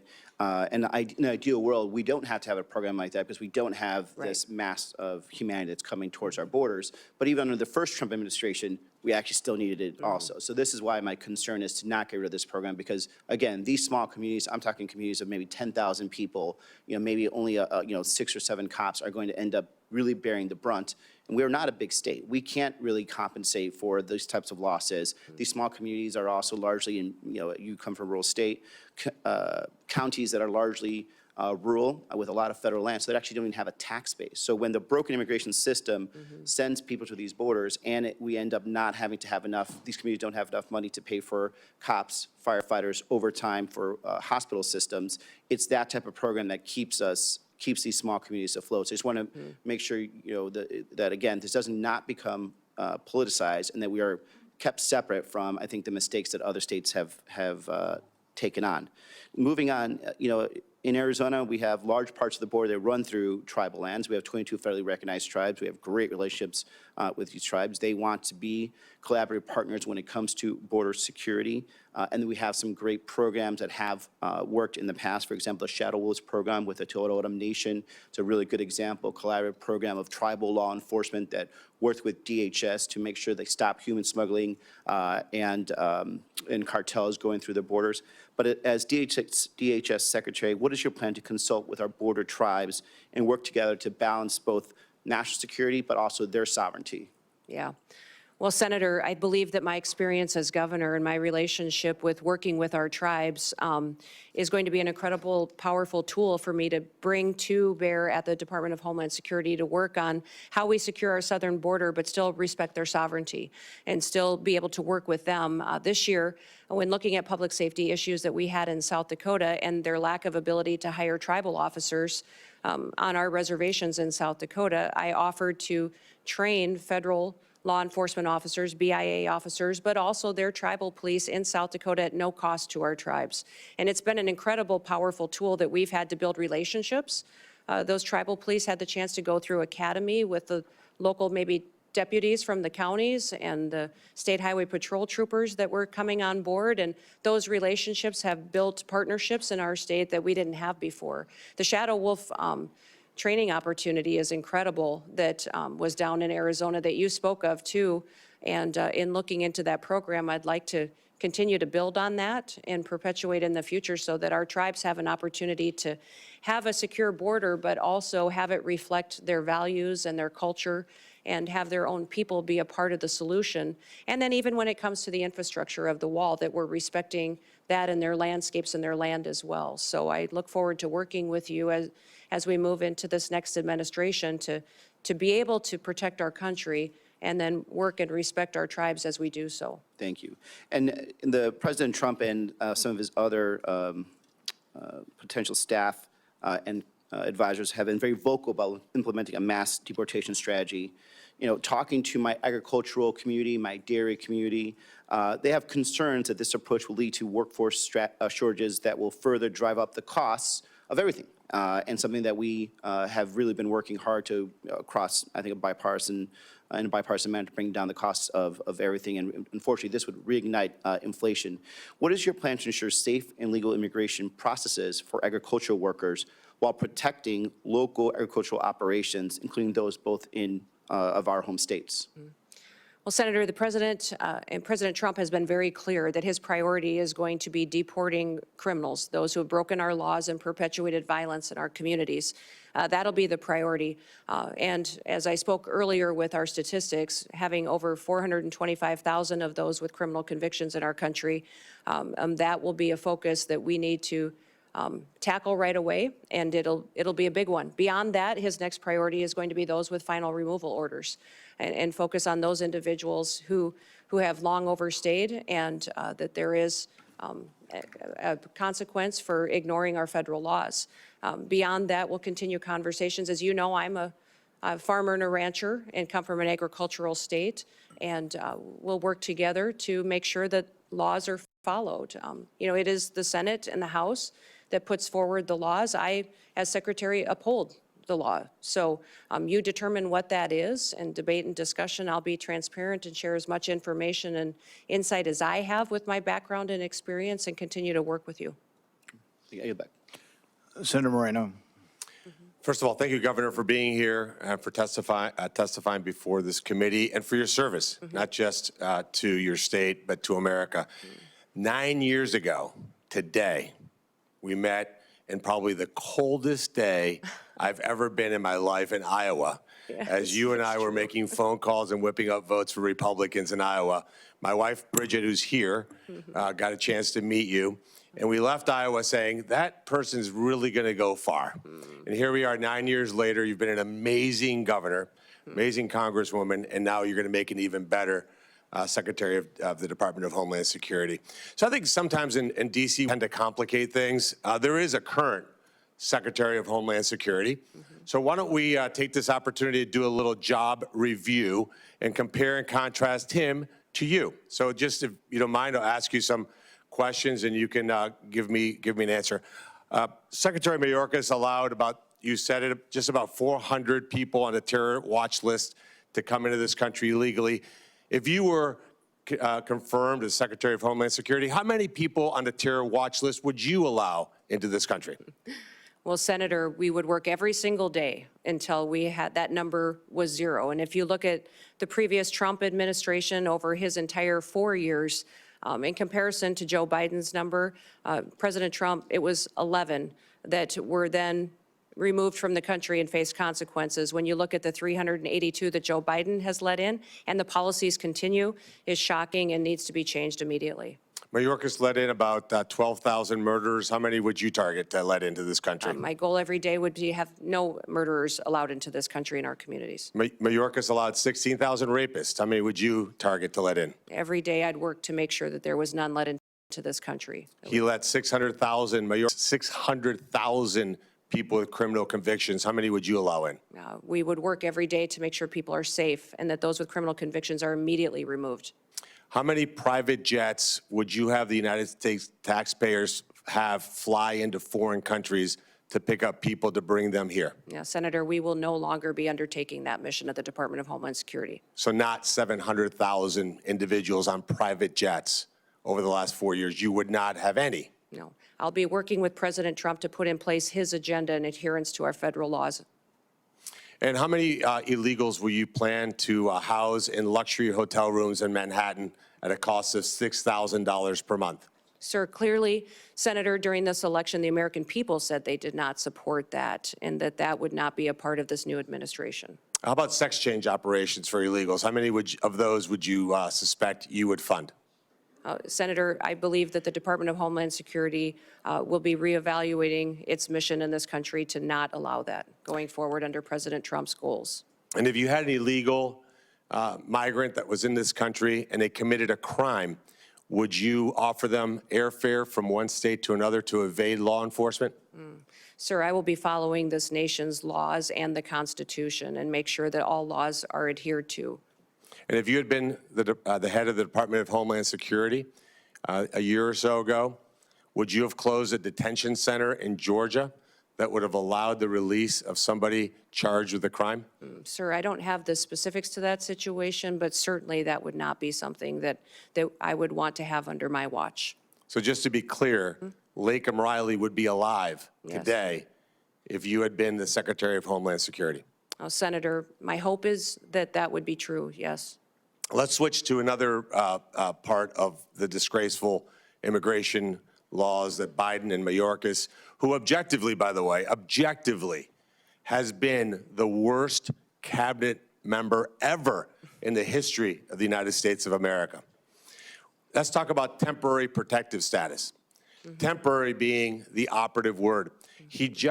Mayorkas and Biden just extended temporary protective status again through 2027. Will you continue to corrupt TPS to allow some sort of open borders agenda? And will you use hot weather of 80 degrees and sunny beaches in El Salvador as a reason why people have to stay in America and not safely return? Yeah, Senator, this program has been abused and manipulated by the Biden administration, and that will no longer be allowed to allow that and these extensions going forward the way that they are. The program was intended to be temporary, and this extension of over 600,000 Venezuelans as well is alarming when you look at what we've seen in different states, including Colorado, with gangs doing damage and harming the individuals and the people that live there. And in terms of our border, like the physical border, I've been there many times, you've been there many times. Who should be in charge? Who should have operational control of our border? The United States government or the Mexican drug cartels? Oh, Senator, the United States needs to control our borders and secure them. So if this were a job interview in the private sector, and you had somebody like Alejandro Mayorkas in charge, and we had the opportunity to upgrade to you, this would be the greatest upgrade in history of the United States of America. But I'm going to end my time with a startling statistic and actually a challenge to the Democrat Party. When Mayorkas was confirmed, every single Democrat voted to confirm him, and 6 Republicans joined all 50 Democrats in that confirmation. If we get to the vote, and hopefully, Chairman, we could do that Monday, because we cannot wait one single day without you being in charge of that department. We should have 100%, 100 senators vote for your confirmation. This will be the litmus test, in my mind, as to whether we have a Democrat Party that's actually serious about doing bipartisan things like securing this country and protecting our citizens. Any Democrat that voted for Mayorkas that does not vote for you should be in front of their voters and removed from office. Thank you for serving, Brian. Thank you for being here, for putting up with the nonsense that you guys have had to put up with over the years. You are going to make an amazing Secretary of Security. Thank you for being here. Thank you, Senator. Senator Slotkin. Thanks for being here, and thanks for our time in my office. Governor, I'm a former CIA officer, joined right after 9/11, and served 3 tours in Iraq alongside the military. I'm actually the first CIA officer in the Senate. To me, the most important thing, again, as a Democrat from a state that Trump won, right, on the same ballot, we both won. I understand we're going to have different policy opinions. I certainly understand that the president our incoming president has the right to nominate whoever he wants. Those are not the issues for me that I'm going to spend my time on. The ones that I care about the most relate to the mission of the organization when it was founded, protecting the homeland. And I think, to me, it's one thing when there's campaign rhetoric or politicization of things. Everyone does that on both sides of the aisle in this committee and in our line of work. But when it comes to actually protecting the country, you do have to be clear and honest about facts and not conflate things.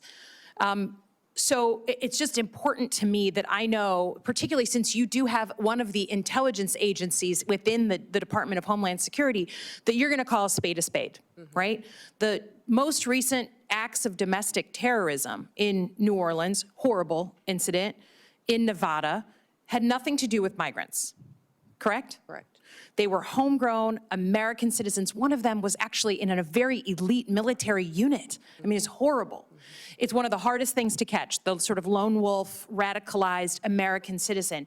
But I want to protect ourselves. Our most recent examples of domestic terrorism were not what we've spent the majority talking about today, crime from a migrant. And I don't dispute there is crime. But I just want to know, and I want to hear from you as an intelligence officer, that you're going to speak about real threats and not blow something up, politicize something, make something more exciting, because that's maybe what the president wants to hear, but your mission to protect and defend the Constitution means calling honestly what the threats are to the country. Can you just give me a yes or no, please? Yes, Senator, I will be as transparent and factual every day with you and the American people as possible based on the information that I have. I don't know if the investigations are closed in New Orleans and in Nevada, but what we know so far and needs to be relayed to the American people needs to be the truth and facts. Yeah, I'd ask that. We've talked a lot about border security. As a CIA officer, I think one of the only people on this committee who's actually worked on protecting the homeland. I'm a Middle East terrorism and militia expert by training, so I believe deeply in it. And every country of the world gets to decide who comes inside its borders. Mm-hmm. That's not a radical concept. Mm-hmm. But I think I've been open with this committee that it is also on us to fix the deeply broken legal immigration system. Mm-hmm. I'm glad to hear that you're going to carry out the laws on the immigration system. Democrats and Republicans are to blame that we haven't fixed this system. But I also believe you can't fully control the border unless you give people that we need for our companies, for our economy, a legal vetted way to come here. Mm-hmm. So do you believe in legal vetted immigration and that we need more of it in the United States? I do believe we need to follow our legal immigration laws and that it needs to be vetted. We need more resources, I believe, in some of the elements of this to ensure Do you believe that our economy depends and needs some level, just like your family came from Norway and on economic, drive and wanted a better life? Immigration's always been a part of our history and will be a part of our future. We just need to make sure that we're adhering to our nation's laws, which this body has the ability to. I'm with you. Continue to change and to put in place. Again, going back to the fact that you will pledge an oath to the Constitution, not to President Trump, just like every other nominee. President Trump said in November that he is willing to use law enforcement, National Guard, or even active duty military to go after, quote, the threat from within the United States. I don't know exactly what he was talking about. But we have recent examples from your predecessors at DHS where federal law enforcement were sent into a state, in this case Oregon, without coordination with the governor. Those federal law enforcement officers at the time were putting down threats to federal buildings, and they were legitimate threats. I don't dispute there was destruction of property going on during a bunch of protests and riots.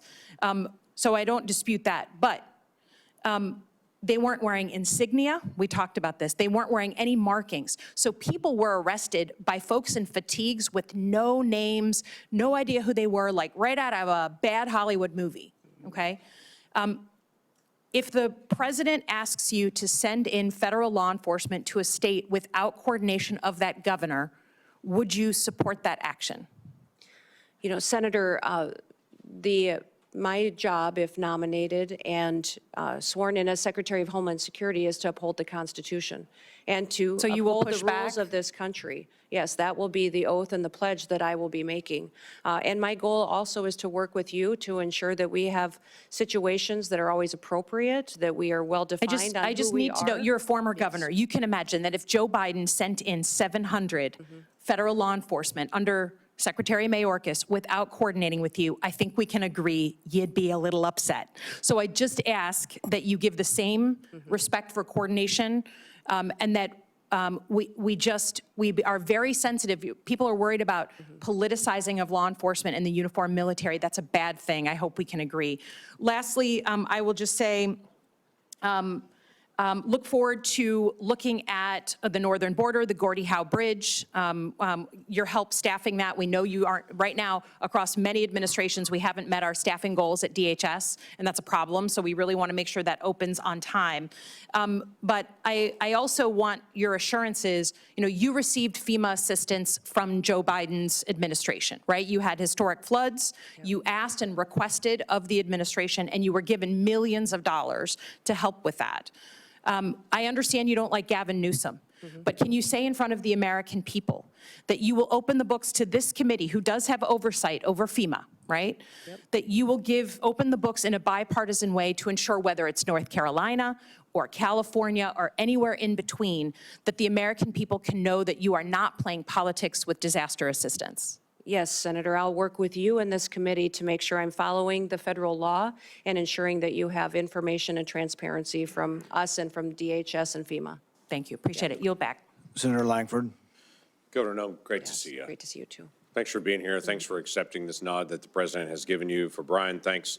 Both of you, you've walked through a lot. I have had the privilege of knowing you for a very long time, since we served together in the House of Representatives. So I have the benefit of knowing your qualifications and how strong you are in all these background issues and how hard you work on these things, because I've seen it firsthand. So I appreciate you stepping into this, because a lot of attention across the country will be focused on this. You know that full well, and you've stepped into it. For Governor Landry, my state and many folks in my state are praying for you and for your state. You've done a great job in leadership at this moment in a very, very tough time for Louisiana. And we don't want to see acts of terrorism anywhere in our country. And it's incredibly difficult days for a governor. So thanks for your leadership on that as well. I also have to tell you, Kristi, I've whined to my wife occasionally about the temperature that's coming on Monday. I'm very excited about Trump's inaugural, but we're all going to be sitting outside in about 12 degrees. And I thought, just for fun, I would check South Dakota on Monday. It's 1 for a high. For a high. Yeah, for a high. And so I'm going to stop whining about the temperature Monday here in Washington, D.C. on it. I'm going to run through a couple of things here because I know you. Not everybody in Oklahoma knows you. The questions that I get from people, though, in Oklahoma, I want to be able to run past you because they want to be able to know the answer to these things. So I'm just going to blitz through a whole bunch of them. Will you use the legal authority that DHS already has to be able to close our border? Yes, Senator. I will work with President Trump to ensure that we're securing our border. Thank you. There's a lot of things that this Congress needs to do, has already been mentioned by Senator Slotkin as well, that we need to do to be able to close loopholes, to be able to give you additional authority. But there's a tremendous amount of authority currently not being used. And Oklahomans are saying, is that about to be used? And they'll be grateful to be able to hear that. No other president has ever created a phone app to be able to facilitate a faster processing of aliens in, called the CBP-1 app. It's been mentioned several times here. Will you use your authority to stop facilitating faster processing of illegal aliens into our country with the CBP-1 app? Yes, Senator. We will eliminate the CBP-1 app, maintain some of the data that's in it that's critical to knowing who's in our country, but that app will no longer be in use. Thank you. No other president has ever used the parole authority, just in general, humanitarian parole, to facilitate faster processing of aliens into our country, which leads to the catch and release we've all heard about. So the Oklahomans that I talk to say, are we about to end the abuse of parole and end catch and release? Is that about to stop? Senator, President Trump's been very clear that he will end catch and release. Terrific. Folks want to know, will you use your authority with the funds that are given to you by Congress to actually build more wall rather than use the funding that's given to you, as the Biden administration did, to do environmental remediation around the border rather than actual border wall and border structure? Yeah. Yeah, Senator, President Trump has been clear that he wants to build the wall. So do we. So will you use your authority to be able to scan more vehicles? And obviously, we've got to get you the funding to be able to do this, to be able to scan more vehicles and individuals that are carrying fentanyl into our country through our ports of entry. Yes, Senator, we will continue to use technologies, but hopefully be able to use more with the resources that we're granted to scan those vehicles and know what's coming in and out of this country. Last year, FEMA employees during disaster relief were instructed by one of their supervisors that if they see a Trump sign or a Trump flag flying, to skip that house, to not stop by there and tell them what their federal government can do for them. Yeah. Will you allow FEMA employees or any within DHS to politicize their role and to pick and choose who gets help and who doesn't as an American? Senator, under President Trump's administration, disaster and emergency relief will not be handed out with political bias. Every American will be responded to and treated equally. That's what folks want to know. Will you review the Secret Service responsibilities to be able to go back through it and to say, are they focused on their primary mission, or is there something that could distract? Secret Service still chases down financial crimes. They're still chasing down child exploitation. Those are serious things for Treasury or for FBI to do. But there's a question is if that's the first priority for Secret Service. Senator, the Secret Service is in need of dramatic reforms. They do have a protective detail element that is their priority, and also an investigation side. My understanding is that that investigation side is often used to train the protective detail officers, but clearly they are not focusing on what their true duty is, and it needs to get back onto what they were created for, and that was the protective detail mission and emergency situations that they need to help plan and prepare for and defend.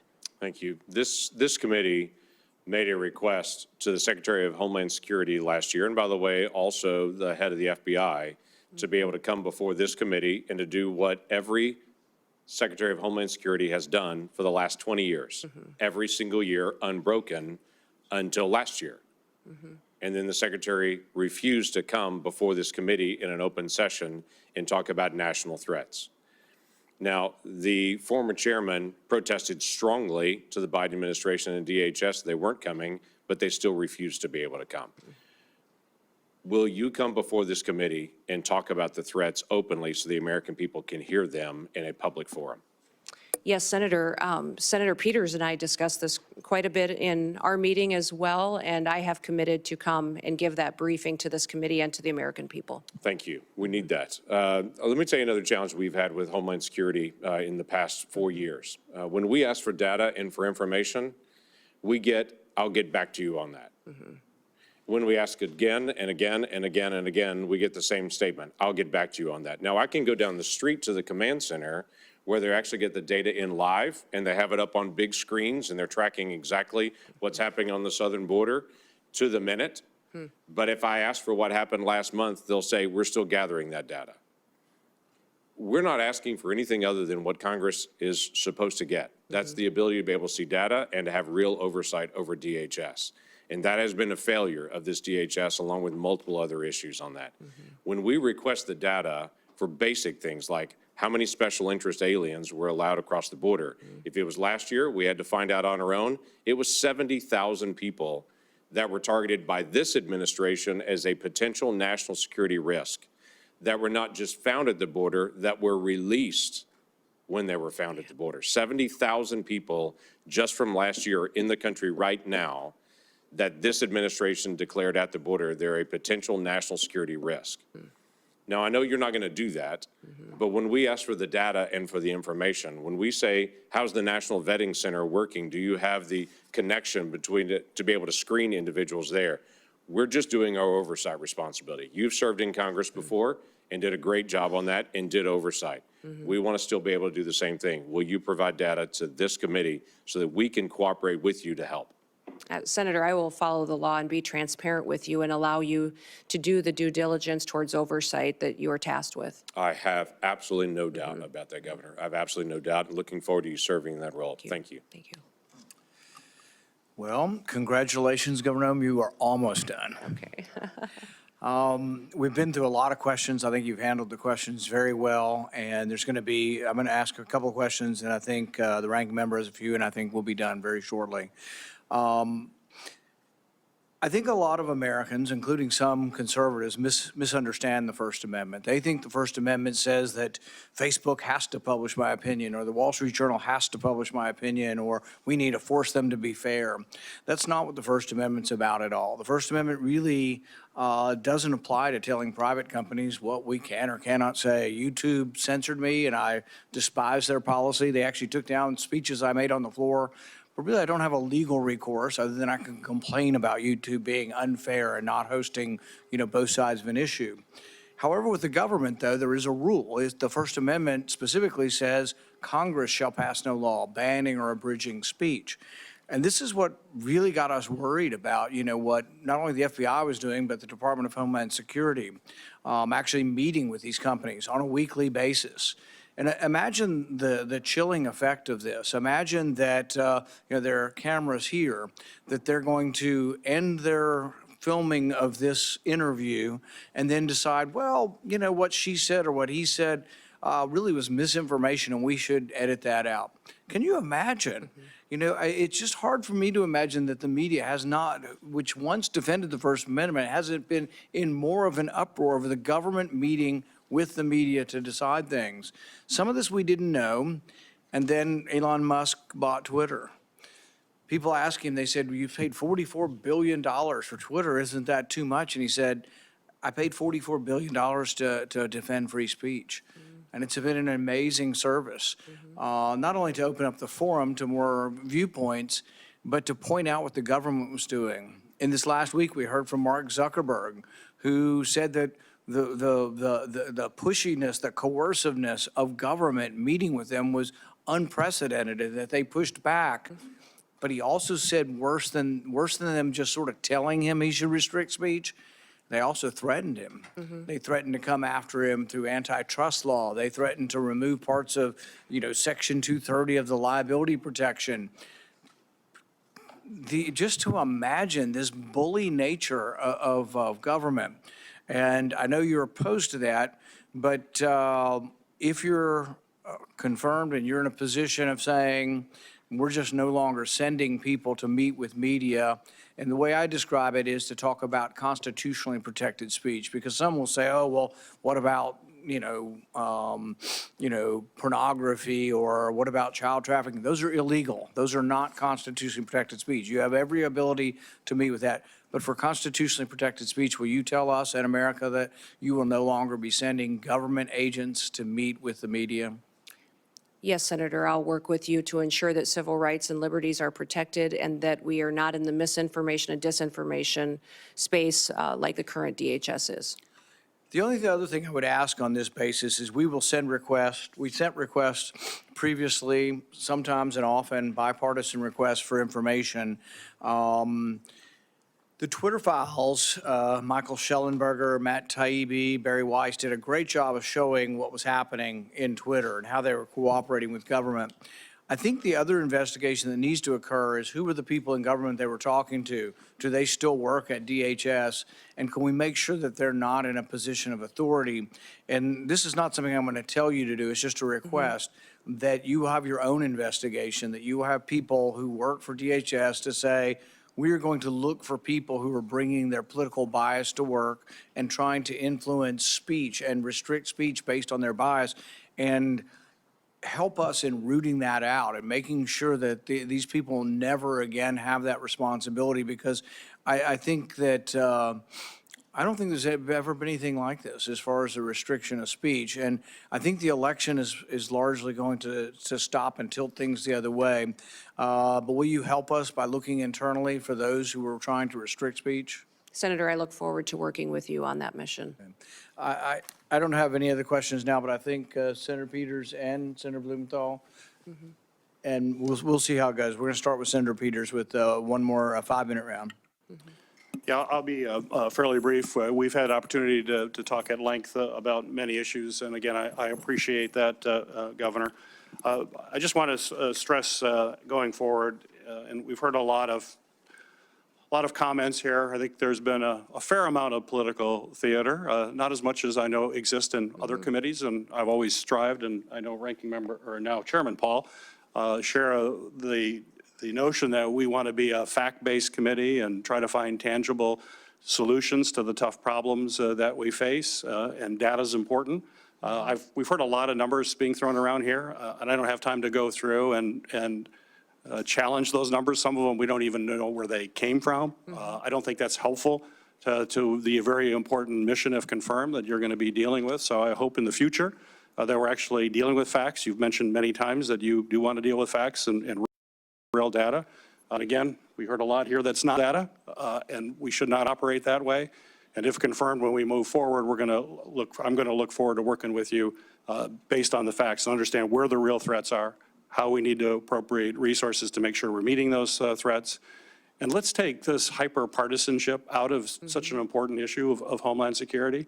We have way too much partisanship in this country, and it's resulted in a polarization of people here. We've got to come together as this country. We've got to lock arms and understand that we're all proud Americans. We all want to do what's best for the American people and solve the issues that are before us. So in that spirit, and certainly you've communicated that spirit to me, but in that spirit, I hope, if confirmed, that is exactly what you will be bringing to this office. And let's move away from this toxic political environment that we have in the country and celebrate what's great about our country and the spirit of bringing the American people together. So I have one question before we turn it over to other members. As a member of this committee, as well as the Armed Services Committee, I've focused a great deal on the safe integration of drones in our airspace while addressing the growing threats that drones possess. We certainly see what drones are doing in changing the face of warfare, whether it's in Ukraine and other battlefields around the world. We are very concerned about the weaponization of those drones and what it could mean to the security here in the United States. I've proposed comprehensive legislation to extend authorities beyond just the FBI and DOJ and Homeland Security to local law enforcement. You mentioned in your comments about security for the Super Bowl, which is incredibly important. But we have to remember that that threat exists for all games. In fact, one of the biggest supporters of my legislation is the NFL. In fact, we just had a recent playoff game that was delayed because of drones that flew into that playoff game. We are very concerned that you could have a drone with a grenade or an explosive device, which would be absolutely catastrophic. It's absolutely essential that we address this threat. What we're seeing around the world and what we're seeing in daily activities should be a concern. I think this is just a matter of time. It's not if, it's when, and we need to be on the front end of that.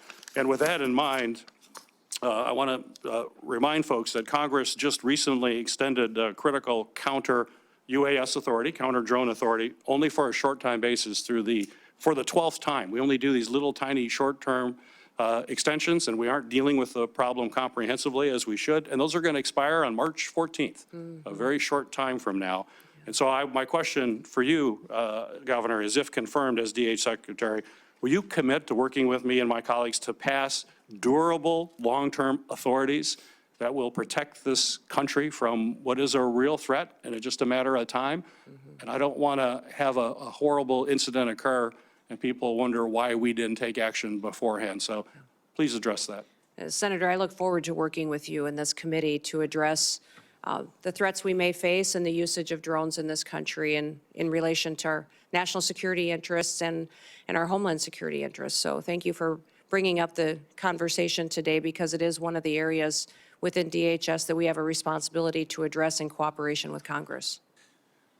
And my first comments, I'm bringing people together. Please comment on that. Oh, well, thank you, I didn't sir. ask that question, Yes, but no. it's in my 24 seconds left. I'm looking forward to working with everyone, Republicans and Democrats, and everyone else in between that in this country that is focused on keeping America safe and secure for our future.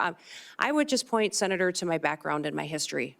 When I came to Congress, I worked with Republicans and Democrats on both sides of the aisle on many pieces of legislation and was very happy to do so and focus on priorities on where we could agreement, knowing we may disagree on some issues, but there was areas where we could keep the federal government accountable and do due diligence by the people that pay their taxes and get up and go to work every single day. As governor as well, I was governor for every single person in the state of South Dakota, and they were my #1 priority, and everyone knew there that it didn't matter if you were Republican or Democrat, that my focus was on them and keeping our state thriving and free.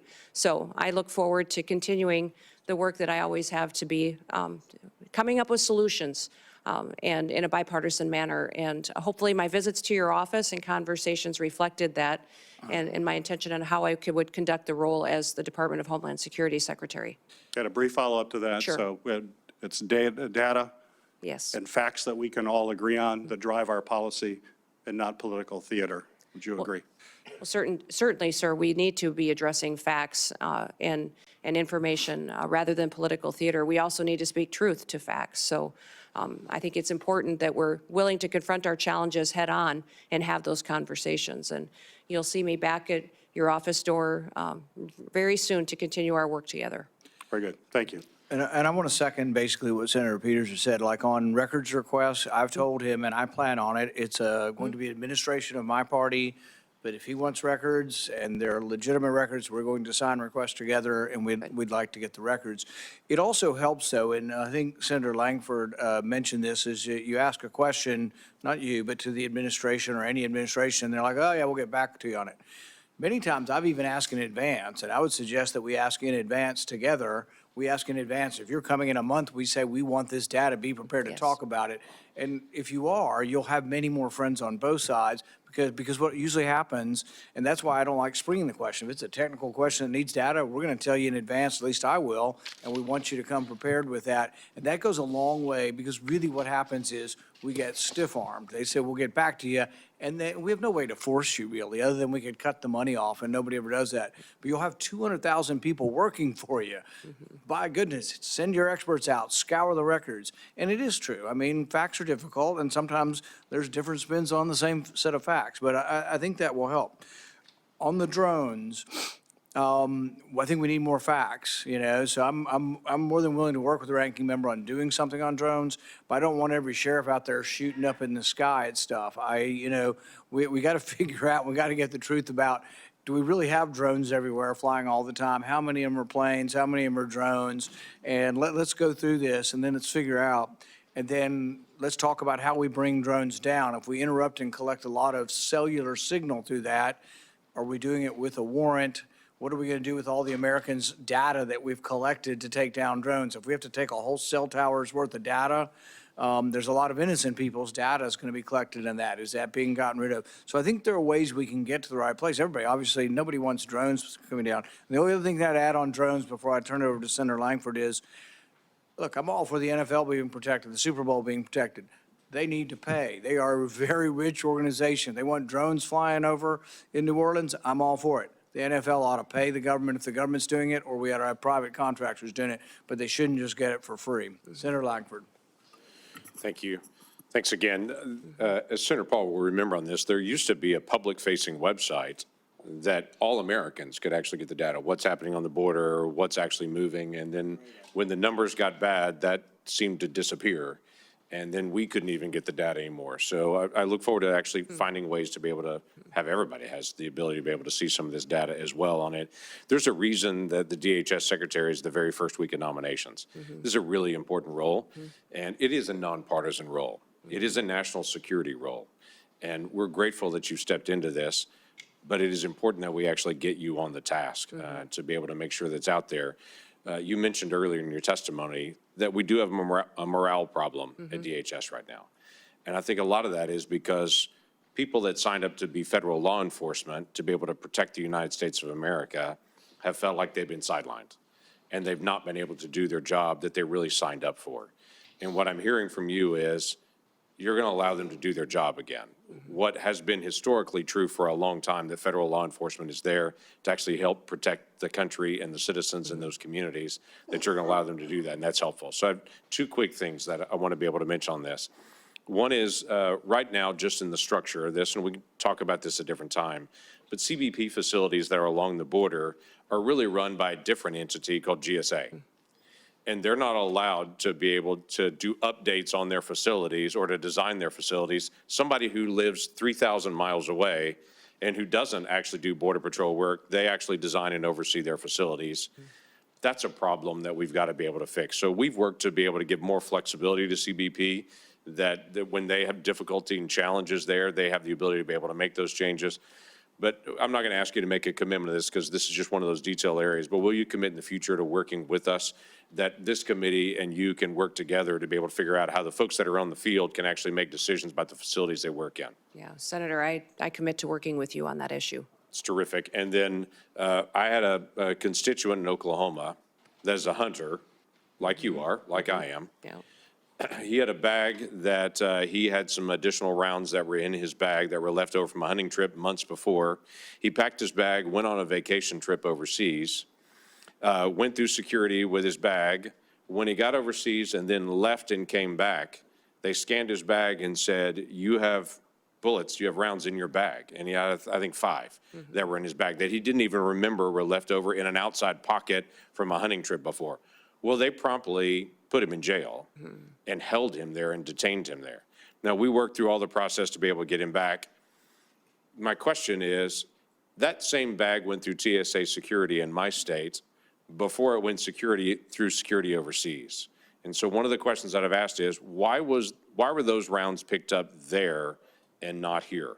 Now, we don't have the full answer to that yet, but that's just one of those TSA questions that we need to have. Americans right now are on planes all over the country, and they count on a certain level of security when they go through that process. So in the days ahead, will you work with me to be able to identify what are the challenges that we still face with the screening process and to be able to correct those for the security of all Americans? Yes, Senator, I will work with you on that. Thank I was you very surprised TSA didn't come up more today, but that is a area in need of reform as well, and I look forward to working with you there. Look forward to that. Thank you. I yield back. Government needs a healthy dose of common sense, bullets in your bag. I had a guy with bullets in the back of his pickup truck coming back from Mexico.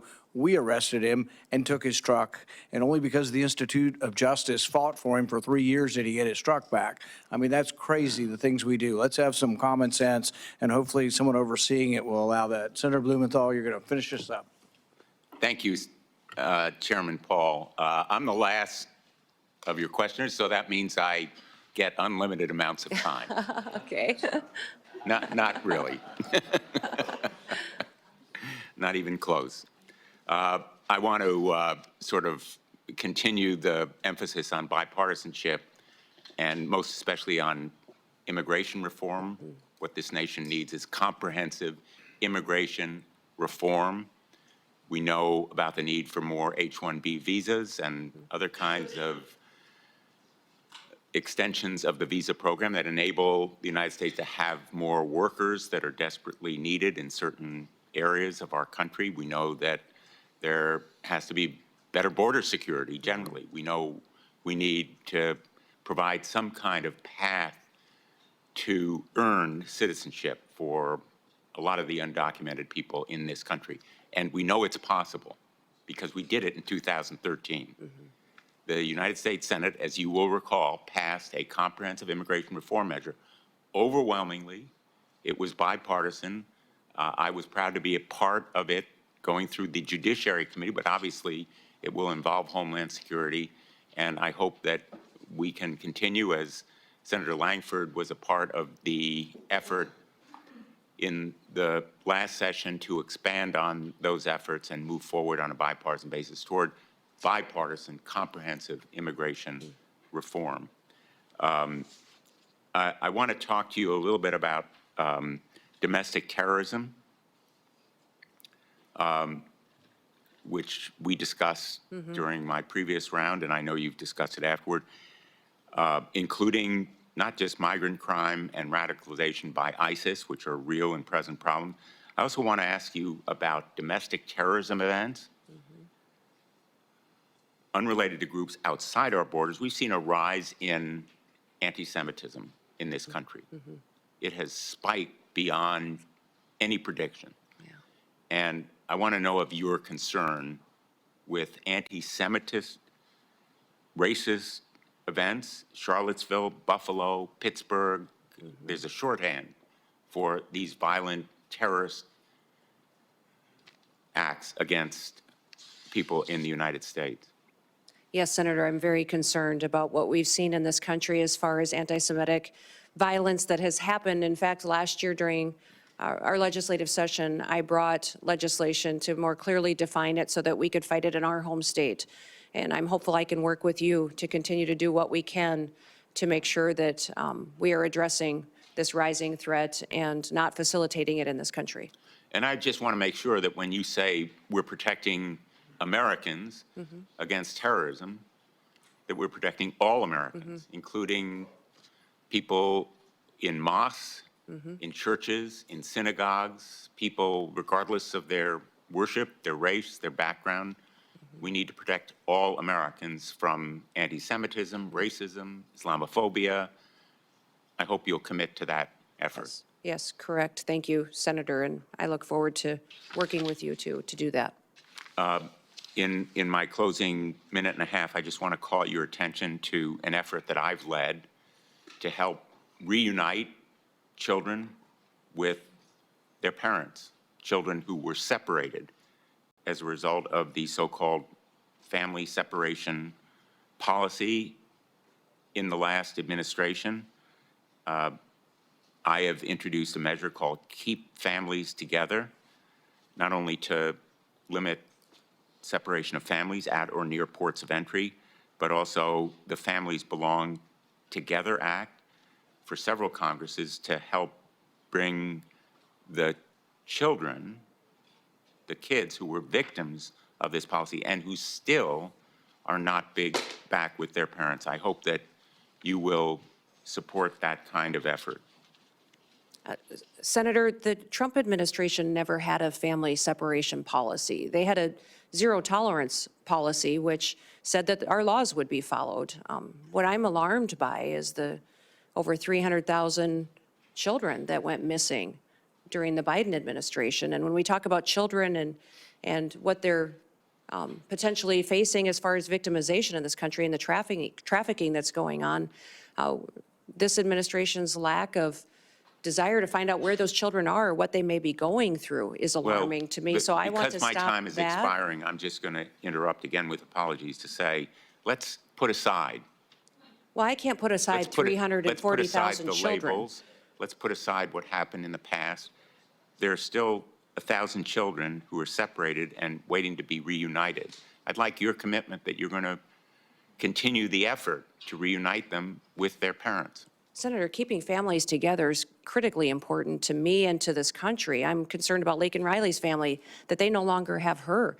I'm concerned about the fact that we have people in this country that don't know where their children are, or people in other countries who sent their children here and they've been lost by this administration. So yes, my focus will be to keep families together. We will uphold our law and we'll make sure that we're doing everything we can to keep our children safe from the trafficking and the drug epidemic that's hit this country. I'm going to end on an optimistic note and say I take that as a yes. Yeah. Thank you, Mr. Chairman. Thank you for your testimony. The nominee has filed responses to biographical and financial questionnaires, answered pre-hearing questions submitted by the committee, and had their financial statements reviewed by the Office of Government Ethics. Without objection, this information will be part of the hearing record, with the exception of the financial data, which are on file and available for public inspection in the committee offices. The hearing will remain open until 5 p.m. today, Friday, January 17th, for the submission of statements and questions for the record. This hearing is adjourned. Thank you, Senator.